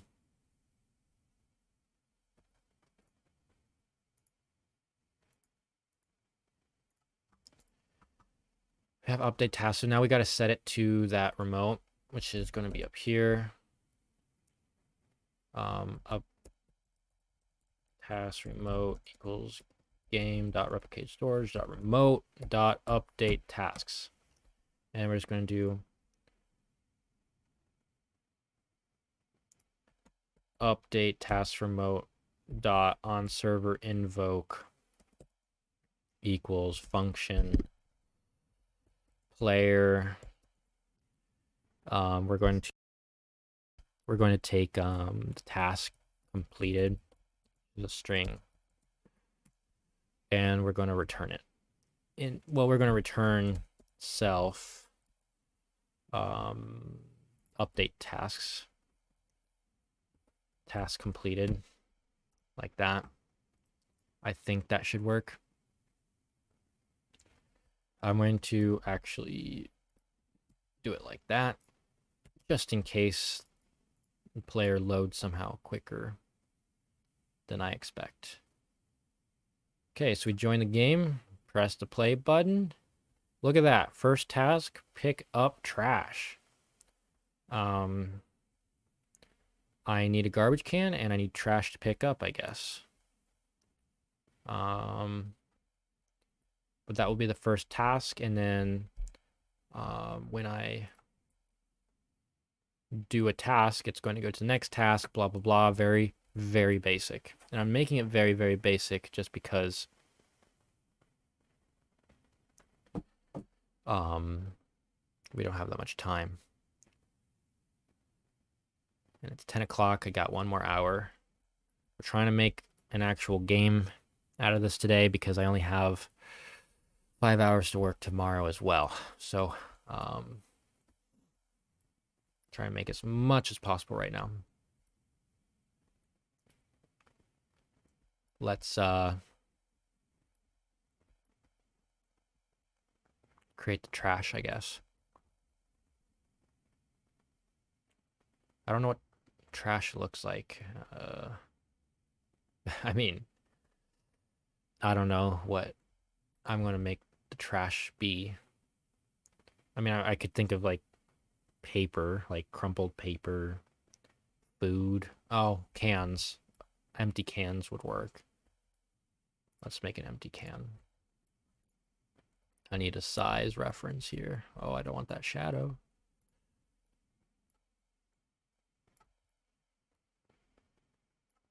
That looks like a can to me.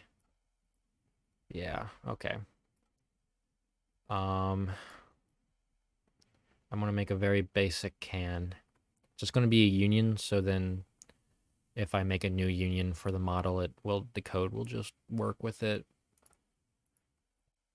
And I don't have to change the code at all. 0.125.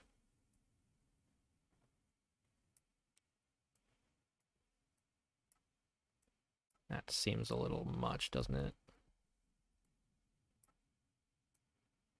There we go. Okay.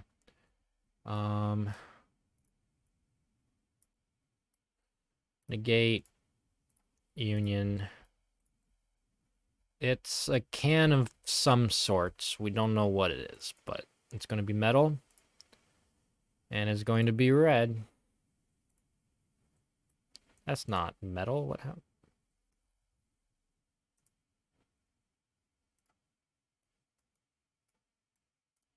What? Why is it doing that? Why does it look like that? Is that normal?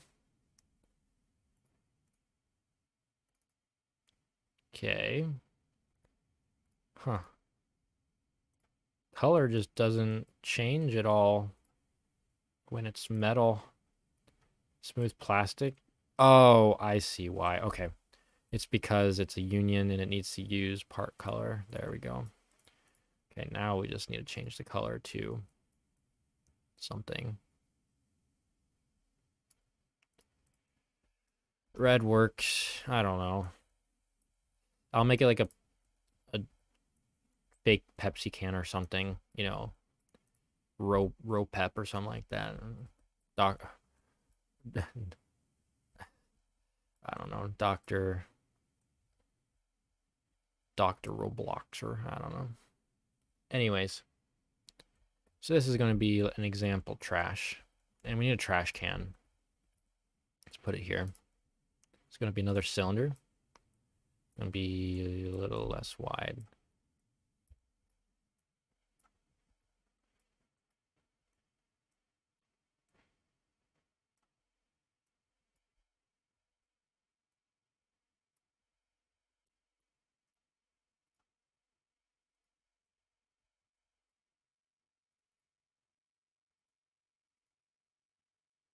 We're going to make this the trash can. It definitely doesn't need to be blue, but it could be like this color. That works. That looks like a trash can. All right. So you would pick up this trash and you would put it into the trash can. Very awesome gameplay, if I don't say so myself.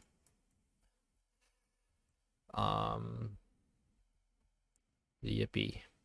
So I need to code that somehow.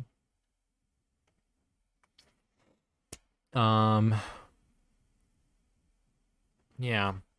Let's call this trash. We're going to give it the tag trash. And let's create multiple trash. They're all going to look like this. Cool. Right now, we're going to make different looking trash in the future. But this is just an example. So that's a trash can. Let's give it a trash can tag. Boom. Okay, let's start getting the code in for the trash can first. And that's just going to be, no. Let's do it with the trash first. We want to be able to pick up the trash. So how we're going to do that is by, this is going to be completely on the client.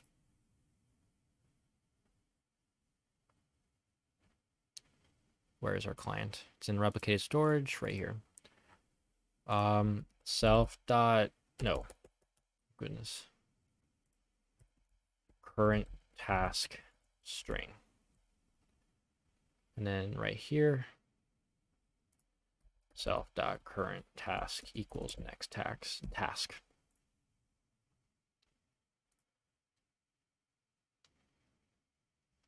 We're going to create a prompt into the trash can. No, into the trash. So we're going to take this attachment that we've copied and pasted in a lot of places. We're going to put it right into the trash can. That's a good place for, I think, the symbol to pop, or the prompt to pop up. And it's just going to be pick up with the prompt. Trash. And then action text will be pick up. First, let's make sure that the prompt is appearing for us in game. So, oh, we also want to anchor these suckers. This wants to be anchored too. Okay, let's press the play button and see what happens. Play. Okay, we're getting an error. Oh, it's because, excuse me. It's because the module in here should not do this. Should not do this at all. Let's delete this. And let's delete this. And delete this. Okay, let's press the play button. Hello, 360 sauce. How's it going in the chat? The trash pickup is up. So cool. We don't want it to be up if we have an item in our hand. That will be something we will code in a second. But first, let's code the picking up the trash. So if it is activated, which is here, first of all, we want to turn off the activation of the prompt. Prompt dot enabled equals false. So we picked it up. Then we just need to start setting the C frame. Or how about this? Whoa. I need to get the client involved in this. So let's require client.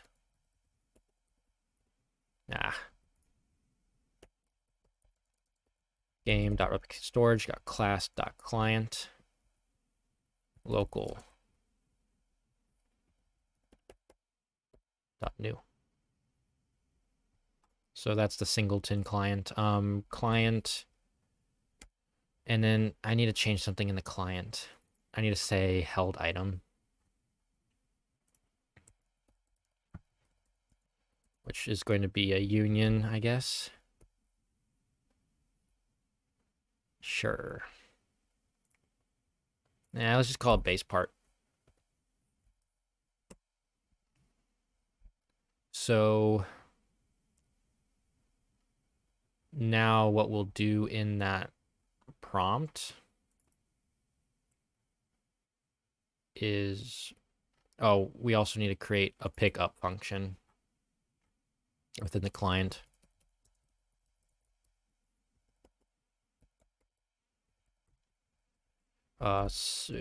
Self, and it's going to take the item self dot if not self dot held item, then so we're only going to pick up something if we don't already have something in our hand. Item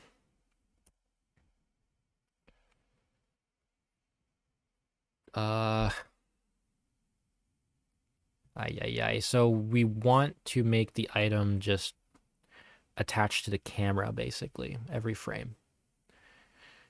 And to do that, it's going to involve a little bit more coding than I want. But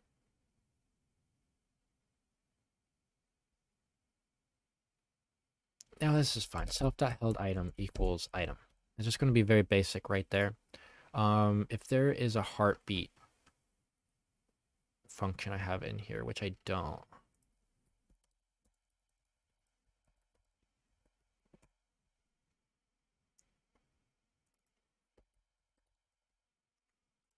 So on render is going to be a new thing I have, which is just going to be running every frame. Do I have run service here? I do. So run service, render stepped, connect function.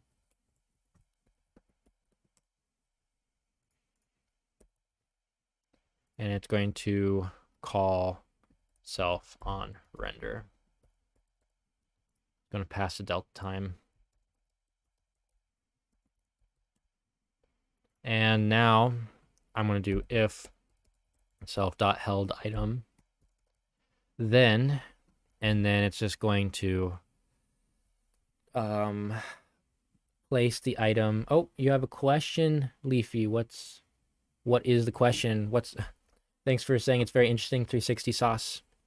I will answer any question.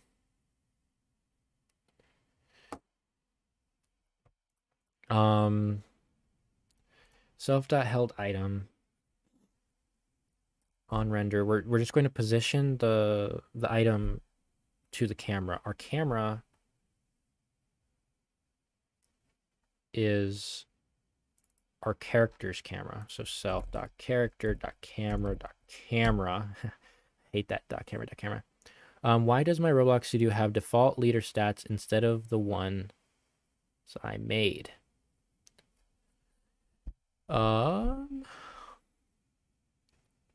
Could default leader stats, huh? So did you create custom ones on a GUI or something? Or I've made custom leader stats, but the fact that the built-in ones or the default ones pop up means you're still using like a folder that's called leader stats in the player, right? I don't think you can override what that looks like unless you just don't create it that way and create your own leader stat system. But otherwise, I'm not sure why that would be that way. Self.character.camera.camera. That's the camera, the actual camera object that it needs to be right next to or in front of. So I'm going to local character camera so we don't have to call this every time. local look equals character camera. Whoops.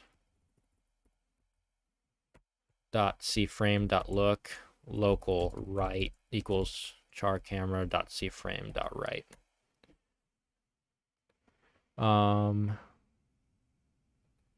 There's 2 leader stats folder for only me when I'm in Roblox Studio. 2 leader stats folders. Huh.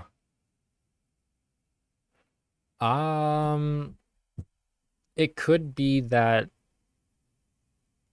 when the server's loading, rather like there's a difference of with the loading of the actual real life server versus your local server that you use in Roblox Studio. That seems like a more complicated issue. I'd have to look more into that, but I would love to help you if I could. 360 sauce, what does the type and export keyword do? So type, okay, so here's the thing. I'm using this a little bit wrong here. I'll explain real quick what the export means. So, the way you would normally see this is like this, export type class. So ignore the export for right now. If you do type class or type, this is the name of the type you're creating. So first you're saying I'm creating a type. This one's saying I'm naming it class. You're saying it equal to, and then this is the syntax for creating a type. It's a table. And then inside you have parameters. This one just happens to be a function parameter. This is the property's name, and this is what the property is. So if I wanted new to just be a string rather than a function, I would call it string. And they have built-in types. But this is how you write a function. This is the parameters that go into the function, and this is what it returns. The export just means that when you require this module script, you can access this type outside of this module script. So if I were only to use this type within this script, I wouldn't need the export. Export only works when you're working with a module script, if you're inside a module script. So basically it allows you to access the type from outside. That's all I will say for that. You're welcome. So on render, we're rendering it. We're taking the held item and we're going to move it to where the camera is. So self.heldItem.cFrame equals char camera.cFrame dot position, right?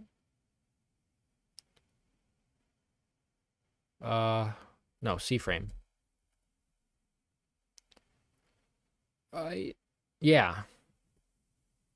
Plus look plus right. And then we can multiply this to make it farther out and multiply this to be further right. I think right 1 should be good, but we might want to multiply this by like 2 or something. I'm not sure. I'm just going to say print self.held item so I know it's working. Let's no. I didn't put that outside the function. Oh, thank you for the subscriber. Who was it? Oh, a Leafy. Thank you for subscribing. I have that really cool alert thing. I don't know. I think a lot of streamers use that. Implemented it just yesterday. Let's go back to where I was. Where was I? Look times 2. Yeah. So I need to put this outside there. Badoop. Let's see what this does. So, oh no. Oh no. What happened? Something happened. Unexpected assignment or function call.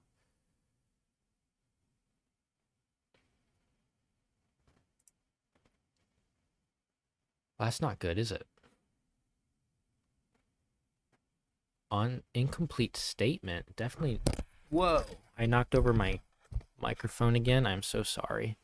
I have this in a weird setup right now. You wouldn't believe me how I have this microphone propped up. This happens every time. That's not good. And it doesn't, yeah, it does break it. So something I did is wrong here. It's in the module for the trash. Oh, dear goodness. That would probably be it. Yeah. That would definitely do it. Let's get back in here. Can I pick up the trash? Oh, why can't I? That's weird. Okay. I'm gonna disable this. I'm not. Oh, I think I understand. I was thinking that that function did something different.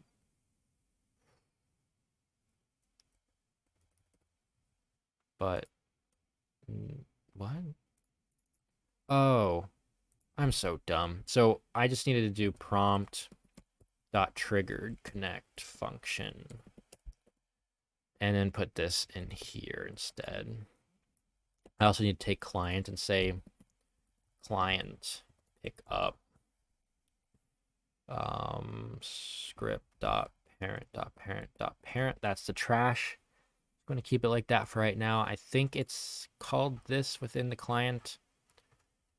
Is it just pick up? It is. Okay. Let's test this out.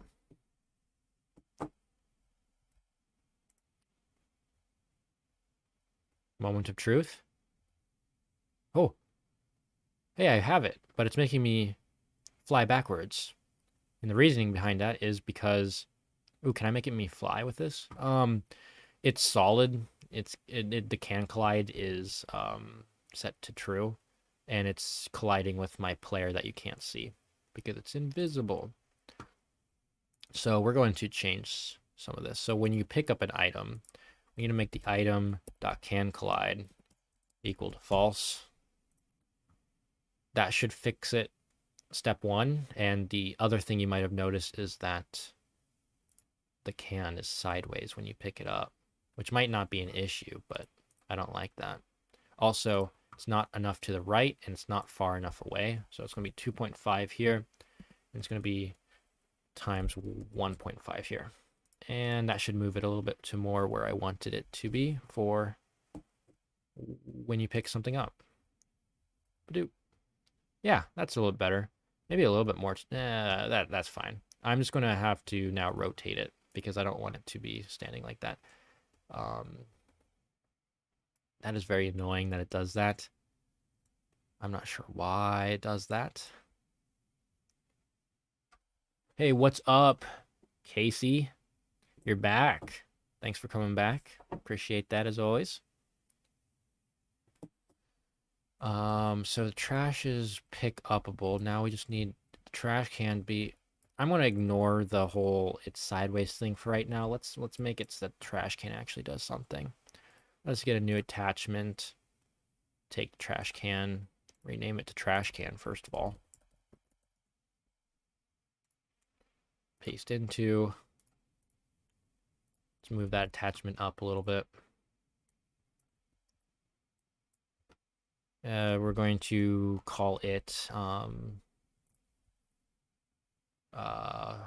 throw away for the action, trash, and then object name is going to be trash can. I am not pulling an all-nighter, unfortunately. I have something very important tomorrow morning to do. And I have to wake up early, and it's very important that I have enough sleep for it. So, unfortunately, no. So it says throw away trash can. The problem is if I didn't have the item, it would still ask me if I wanted to throw away the trash can. Why is it doing that? Why is it acting weird? It's acting really weird. Maybe it's because it has a similar this. Let's not do that.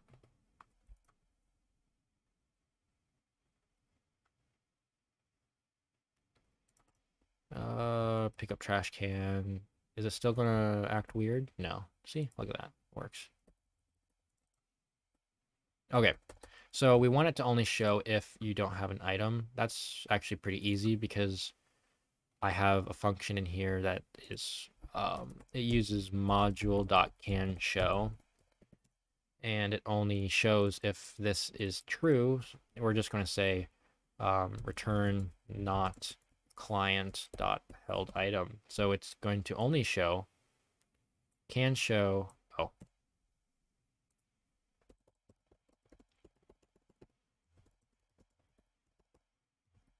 okay.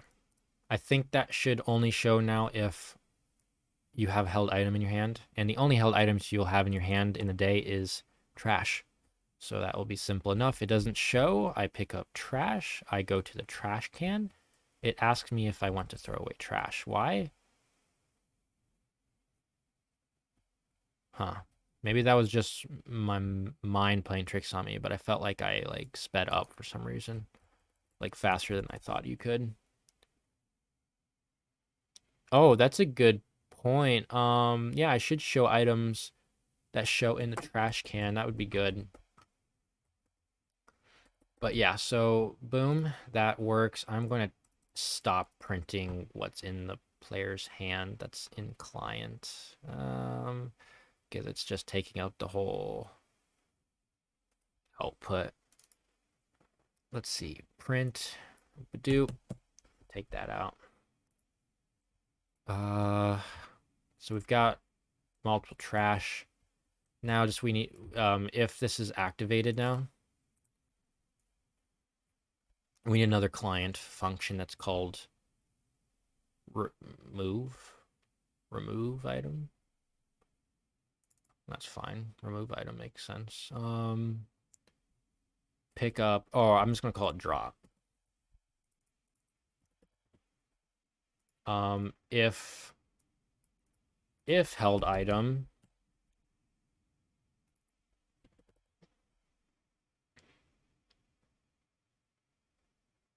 item.can collide equals true, nil.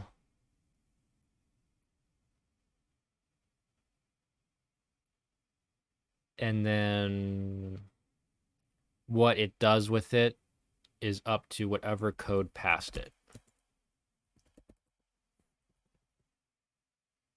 It's not going to take an item.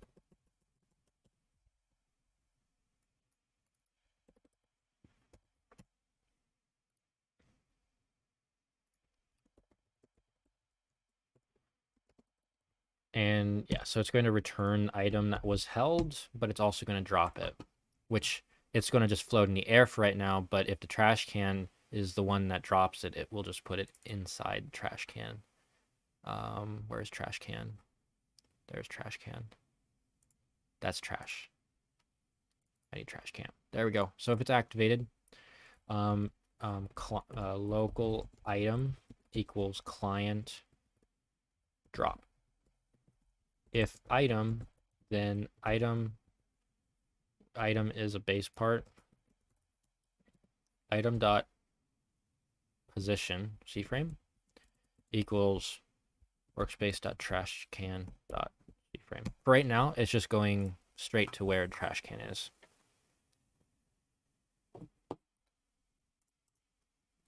Pick up.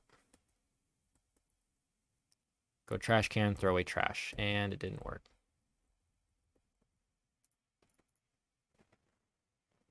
Let's see if it's actually getting activated. Print drop or add to trash. Always make sure that the code is actually running and it's not just coded wrong. What? Wait a second. Let me try that again. When does add to trash pop up? Oh, I'm dumb again. I made the same mistake I did last time. This needs to do prompt dot triggered connect and then put what I just had in this triggered function. That only gets called when the game starts. So now I put it into the trash. And boom, it's in the trash can. Look at that. Oh, that's true. I also need to put, you have great ideas. I should put how many items is in the trash can. Wow. That's a great idea, actually. Okay. Huh. I want to do that. I can think of a way to do that. I'll do that later. But that's a great idea. I will do that. First, the trash. I want to code that all the trash is done. It will go to the next task. So when I do that, I need to trash can.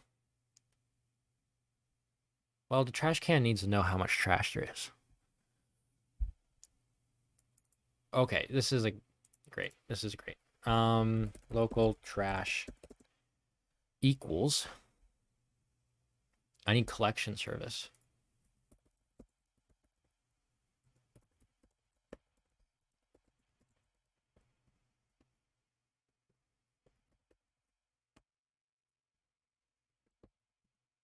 And now I need to get all of the trash because I put tags on the trash.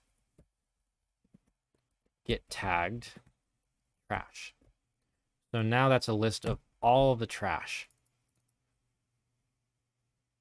That also tells us how much trash there is, amount of total trash.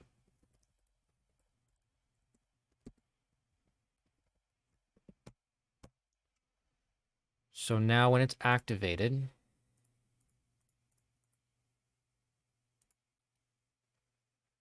I need to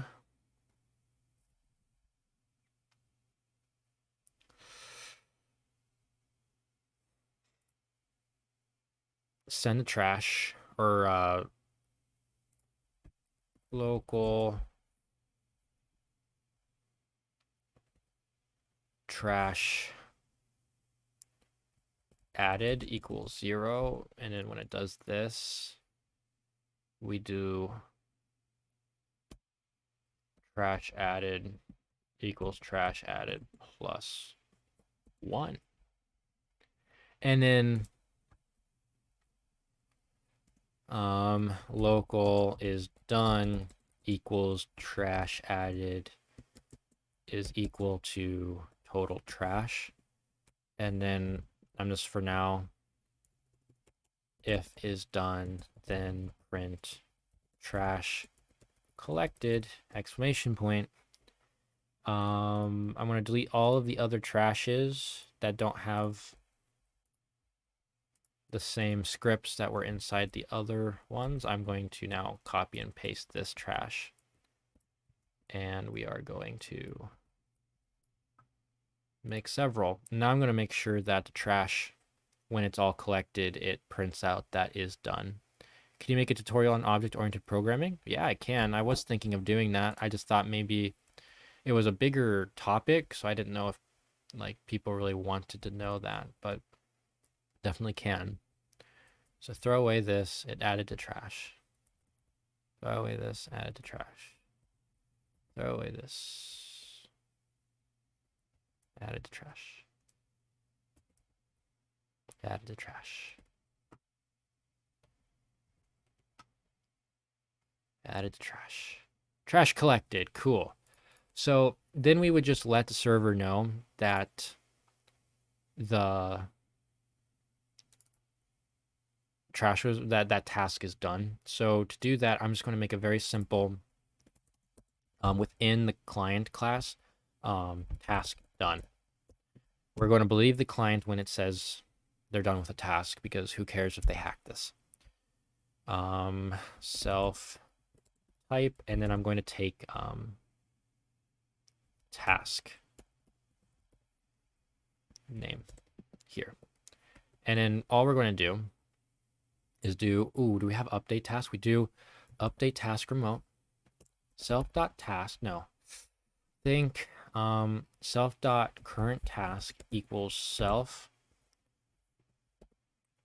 No, update task remote invoke server task name, and then we update the task screen.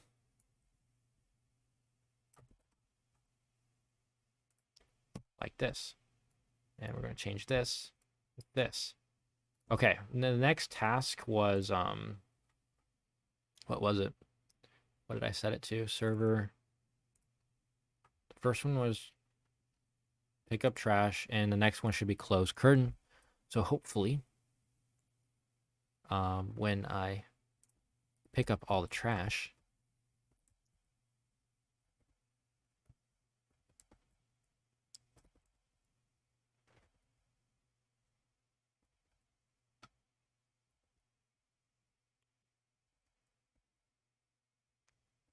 it, gosh dang it, it didn't. Oh, did I not? I'm probably dumb. I'm probably really dumb. I did not, yeah, I did not, do client task done. Was that what I called it? Oh, I have to pick up all that trash again.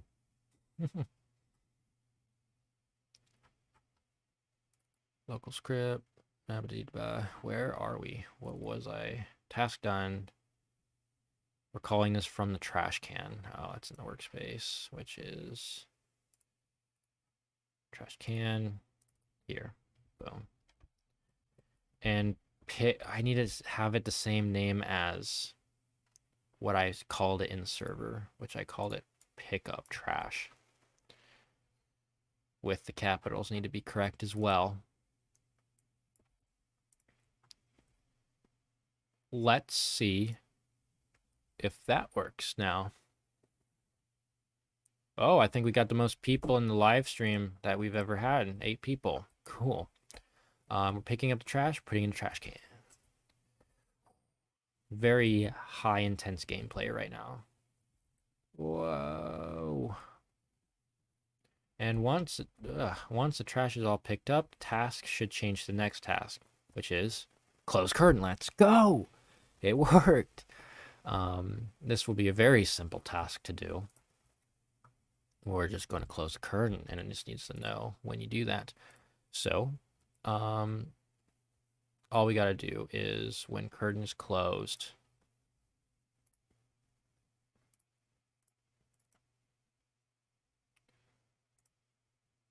if is open. So here, we just need to get the local update task remote.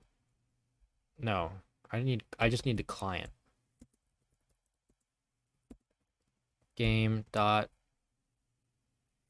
replicated storage dot class dot client. And we're going to switch it to, or that should work.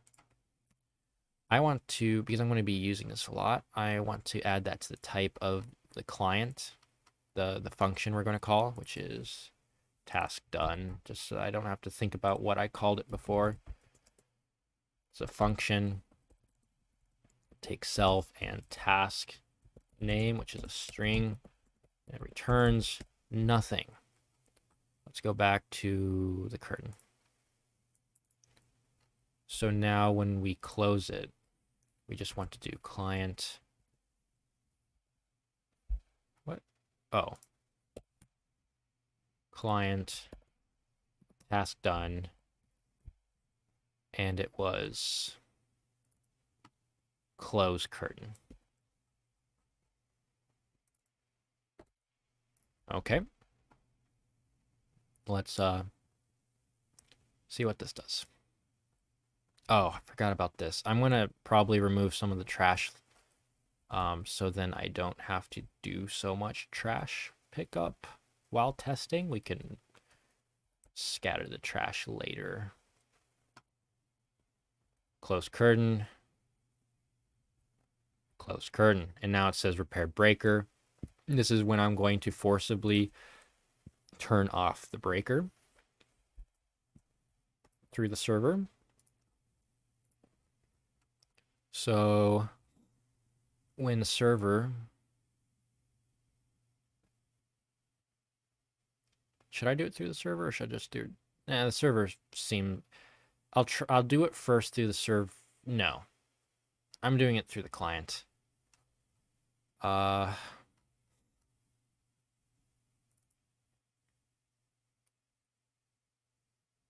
Inside the client, when it says task done, I'm going to do if self.current task equals, and it's going to be that string, that's fix breaker or whatever. Crap, that's in the server. I'm jumping around here. Repair breaker. It was the client. If it's repair breaker, then workspace dot breaker set attribute needs repair. We're setting that to true. So we're going to turn off the breaker on purpose.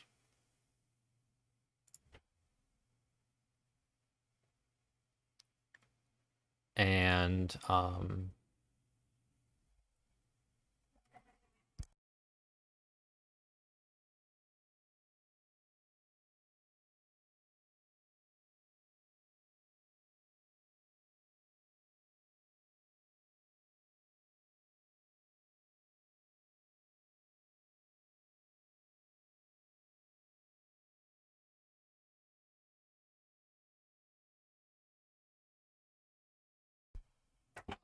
sorry, I had to turn off the mic for a second. Had to talk to my roommate. He was making fun of me of the chicken sandwiches I burnt earlier. So we forcibly turn off the breaker. That should turn off the lights.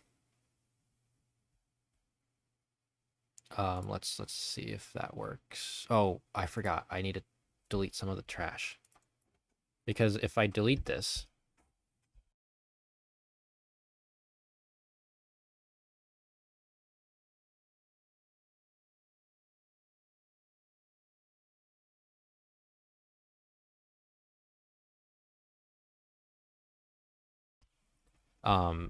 so now I only have one trash to pick up.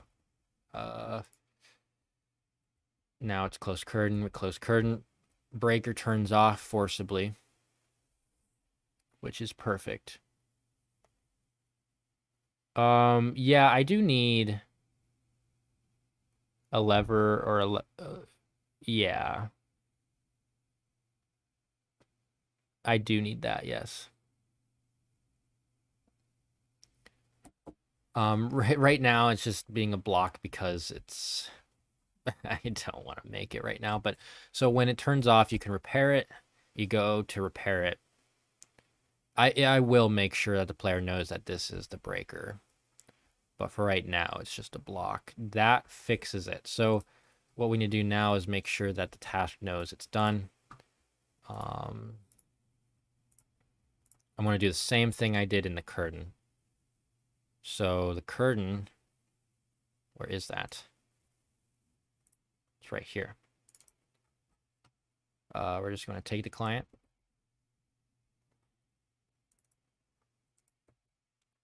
And when it's triggered, we're going to say client task done repair.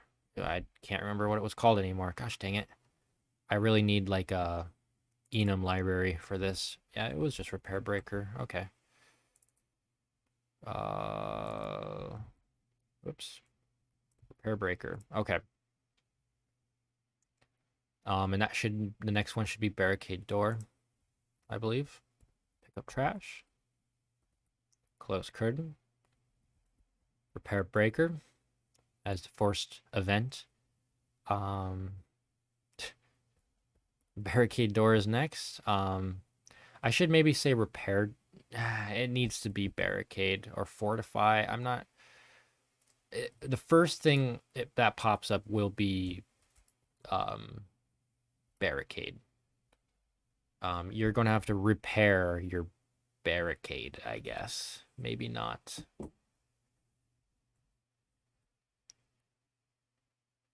The door itself, you're not like repairing it at all, I guess. The door itself. But how you're going to barricade it. Now, how you barricade it is a good question. I'm just going to probably have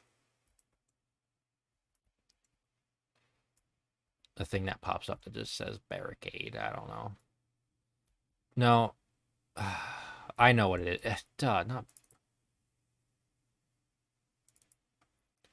We're just gonna call it lock door. I don't care about the barricade part. We're just locking the door. Lock door. I don't like the way I was going with that. I'm gonna make this more of a surprise that it's a survival game. Where was this? Oh yeah, in the server. Lock door.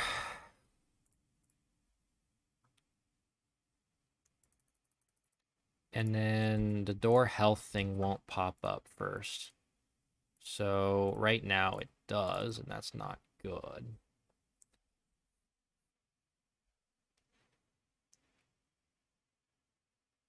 I just need another proximity prompt. It needs to know if it's day or night. For right now, we're just going to say return false. So it doesn't show this one, but then when I create a new one, it will. And this one's going to be called lock door, lock. And then the object text is door. We don't need a hold duration on this one. And then when we do this,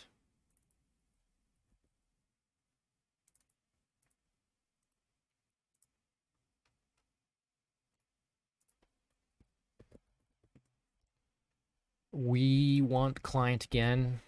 And when we activate it, what we want to do is we don't even need something to happen, really. All we just need to do is tell the client that task is done.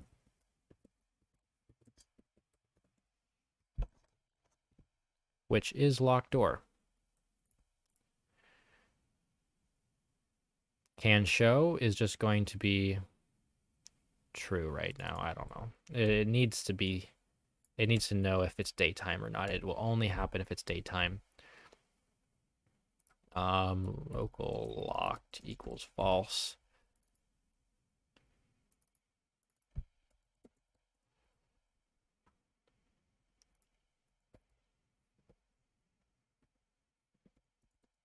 Okay. I think that works. Let's see. Pick up trash. Close curtain. Repair breaker.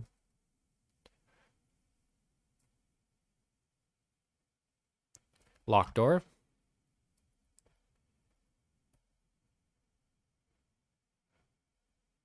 Okay, it locks technically, like it doesn't do anything, but it's just for this little. Okay, so now we just need to have something when it turns off the lights. It also goes into the client and calls it a task complete. It's the one I didn't need. Okay.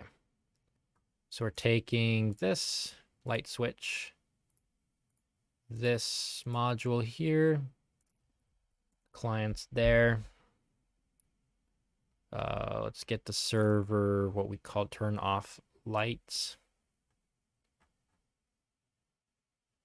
For right now, there's only going to be one light. So maybe I need to change this to light. Turn off light. Turn off light. It is. Let's go back to the light switch is on. So we need to turn here. client, task done. Turn off lights. Turn off light. And then the server should note that it is completely done and should start the cutscene. Well, oh, wait, no. It needs to go to bed first. So the last thing we need to do is add a proximity prompt to the bed. It's going to be on this one.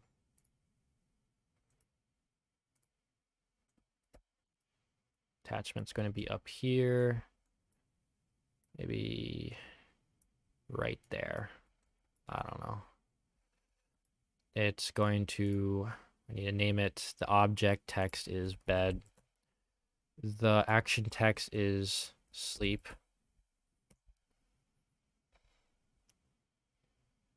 Maybe I should call the last task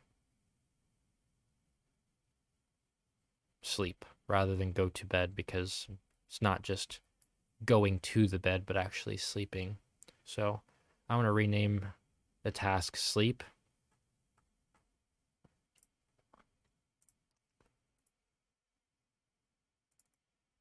Got like 9 minutes, maybe.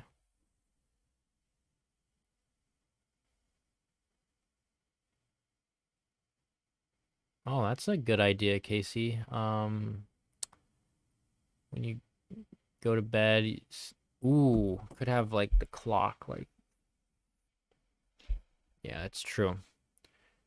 Let's see, pick up. We got the bed. We need the bed when activated. We do need it to deactivate. And we want the user, yeah, this is what would start the cutscene. No, we wouldn't start the cutscene from here. We could, though. We really could. We probably should. Yeah, we should. Yep, that's what we'll do. Not from exactly here, but from the client instead. But the client will do it from the task done. Sleep. Let's go to server and change the name of that.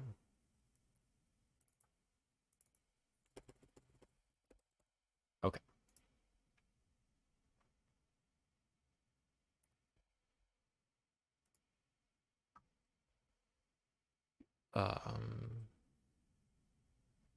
Wait a second. I don't really have anything to test right now. Sleeping. Oh, I should say go to sleep. And we need to change that now in the bed.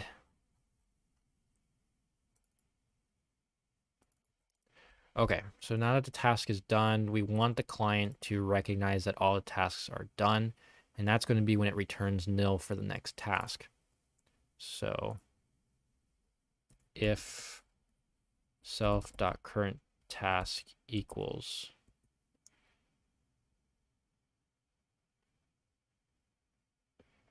nil, then I'm just going to print start cutscene, and then we'll just start the cutscene logic from there. Do close curtain, repair breaker. There's going to be sound effects for all these things, hopefully. That'll be easy because we have code that runs when all these things are activated. Lock door and turn off the light. Now it's time to go to bed. Sleep. I made an error after all that. Unable to assign property text. String expected. Got nil. Right. Or that would fix it right there. Okay. Let's try this again. Pick up. Curtain. Curtain. I said curtain. Repair. We gotta lock the door. We gotta turn off the light. Light is turned off, and now it's time to go to bed. Start cutscene, and the task disappears. We should also make taskbar just disappear in general. Task screen dot enabled equals self dot current task and true or false. That will make it disable when there is no current task available. This is going to start the cutscene. So we're going to need function class cutscene.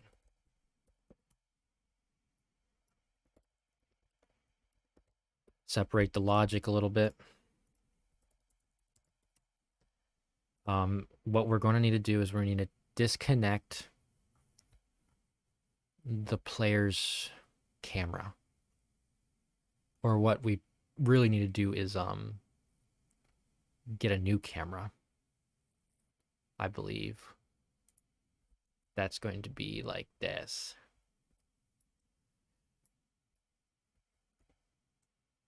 Somewhere around here, maybe.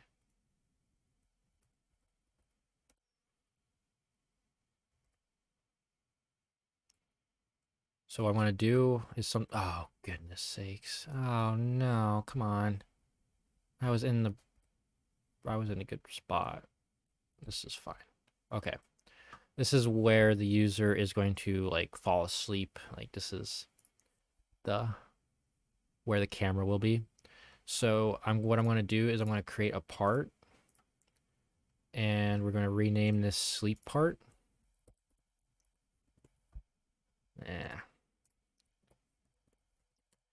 It's going to be anchored. It's going to be transparent.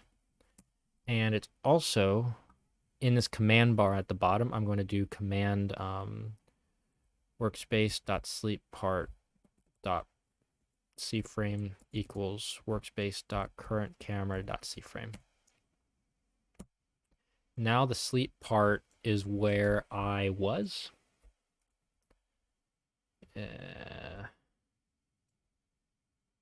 That's kind of weird. Technically should be where the pillow is. That's, you know what? It's fine.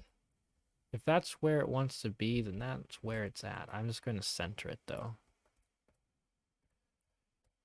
I mean, let's put it where the pillow is supposed to be. Let's be a little realistic here. That's fine. So that puts that there. And what we're going to do is we're going to detach the camera, create a new camera, and we're going to tween it to this position from when they fall asleep. And that's going to be the start of the cutscene. I don't really have enough time to finish this all out because I got to go to bed, unfortunately. But I have practice tomorrow, and it ain't practice I can skip. So that's the flashlight that is still floating. I'm going to move this down. There we go. Let's get the C-frame. Like, I want the camera to detach. I want that to work. So what I'll do is in the client, I'm going to have a cutscene camera.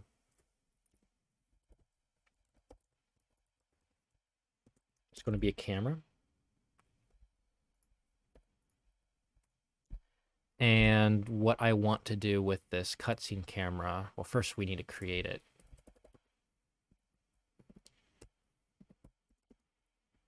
Instance.new camera. When the cutscene happens, we're going to do self.cutsceneCamera.parent equals workspace, self.cutsceneCamera.cframe equals self.character.camera.camera.cframe. or putting it into the position of where our camera was when we hit the sleep button, and then self dot current camera, whoops, no, workspace dot current camera equals self dot cutscene camera. Now I'll switch it to the camera. I'm going to make sure this works first before continuing, but this is the last thing I'll do, is tween the position from the camera to the bed. And then I'm going to have to code all of the survival logic tomorrow. But I think a lot of the logic is already done. Like, I just need to have the monster try to get in, I guess. It's going to be a struggle to finish this, is no lie, in time for tomorrow's competition end, which is at 5 p.m. for me. Right now it's 11 p.m. for me. But yeah, we don't got that much more time left, do we? Lock door. Go to sleep. Well, that didn't do. Oh, I didn't make the camera self dot cutscene camera dot camera type equals enum dot camera type dot scriptable. You need to make it scriptable so you can actually edit it with a script. Let's try this again. Okay. Curtain breaker.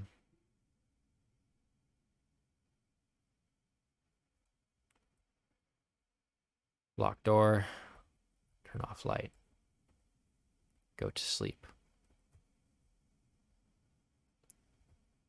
Okay, the camera is detached. I am moving the character, and the camera is not, like, the camera isn't moving when I'm moving the character anymore. So the last thing I'll do today is do a tween with tween service. Do I have tween service already? No. Game get service. Tween service. And now when we do the cutscene, we will do tween service, local tween equals tween service, create self.cutscene camera,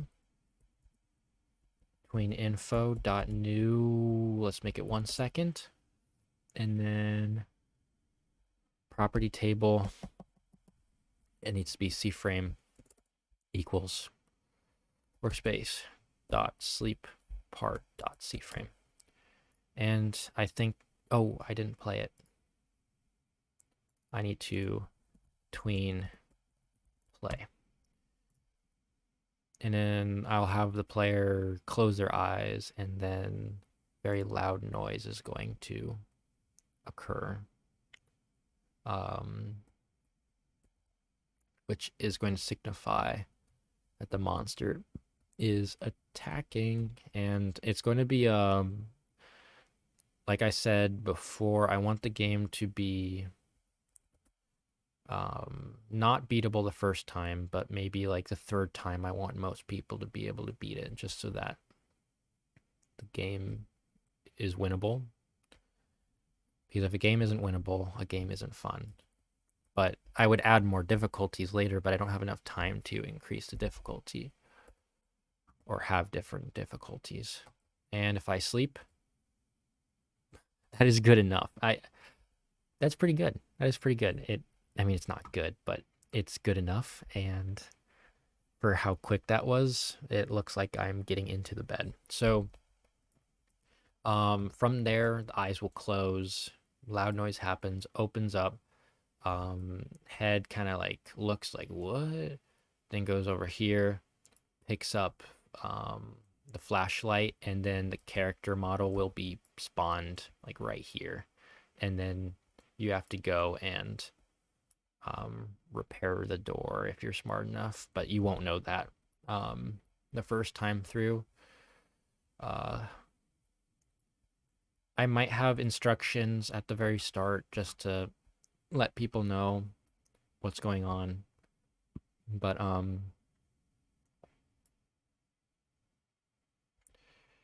yeah, I think that's it for tonight. Because yeah, the remainder things I need to do is that cutscene, and once the cutscene starts, the game the gameplay will start. The monsters will start coming. You'll need the flashlight to yeah, the flashlight scare aways the light monster that comes through the lights. Right? And the door monster, you just need to repair the door enough so that it doesn't get in. And the window monster, when it's around, you just have to close the curtains and turn off the lights. There's going to be 3 different monsters trying to get in. And then once you survive till whatever o'clock, which is daytime, it will go away. You'll be able to see the daytime change, and when it becomes light outside, that will be the end of the day. I really like where this is going. I don't know how long the monsters will take to code, so I'm a little nervous about that. I'm not gonna lie. They did allow us to use free models. You just have to add that you used them into the survey. But for this challenge, I'm trying to not do that personally, just because I'm stubborn. It's going to make development way longer. The monsters are not going to be scary looking at all. Like, I really don't know how to rig a character that doesn't look like a normal Roblox character. So it might just be the stereotypical horror monster from Roblox that is just red-eyed Robloxian. I'm not sure exactly what I'll do with that. That's something to think about, I guess, when I sleep tonight. So trash can's done. We can add more trash. This thing's just for scale. That's the character model. Light switch is done. I think there's a little bit of bugs here and there with the whole day system, because right now I could lock the door before it's time to lock it, I believe. And then it would break the game because, well, actually, would it? If I lock it first, close curtain, repair breaker. Maybe I'm just a genius and I coded it in a way that it doesn't break. Oh my gosh, I did, because it should have been locked door. Okay, so I coded it so that you could do it in any order you want. It just wouldn't tell you that you did it. One problem is that if you close the curtain, you can just reopen it. I'm gonna have to change it so that it doesn't allow you to do that on the first day. The door locks correctly. The light switch has the same problem as the curtain. You can turn it back on once you turn it off. But everything else is scripted in a way you can't break it. And those other things aren't breaking the game. They don't make sense. Like, turn off the lights and you turn it back on and you go to sleep with the lights on. That's just stupid, but it's possible right now. I will take away that stupidity from the player. But yeah, I think this is a great place to end off. The finish cutscene, code monsters, code endgame, and then I'm done. So I got a lot of work done in this short amount of time. Thanks for everyone that has shown up for this live stream. I appreciate it. Come back tomorrow. I'll be starting to work on it in the morning. I have to get up for a run at 8 o'clock. And that's going to take about 2 hours to do. So I'm going to start coding probably around 11 o'clock, or however early I can, but it's probably going to be around 11. And then I'm going to code until the very end of this challenge, which is 5 o'clock. So stay tuned for that. Yeah, hopefully you guys liked the stream, and I'll see you guys tomorrow. Peace.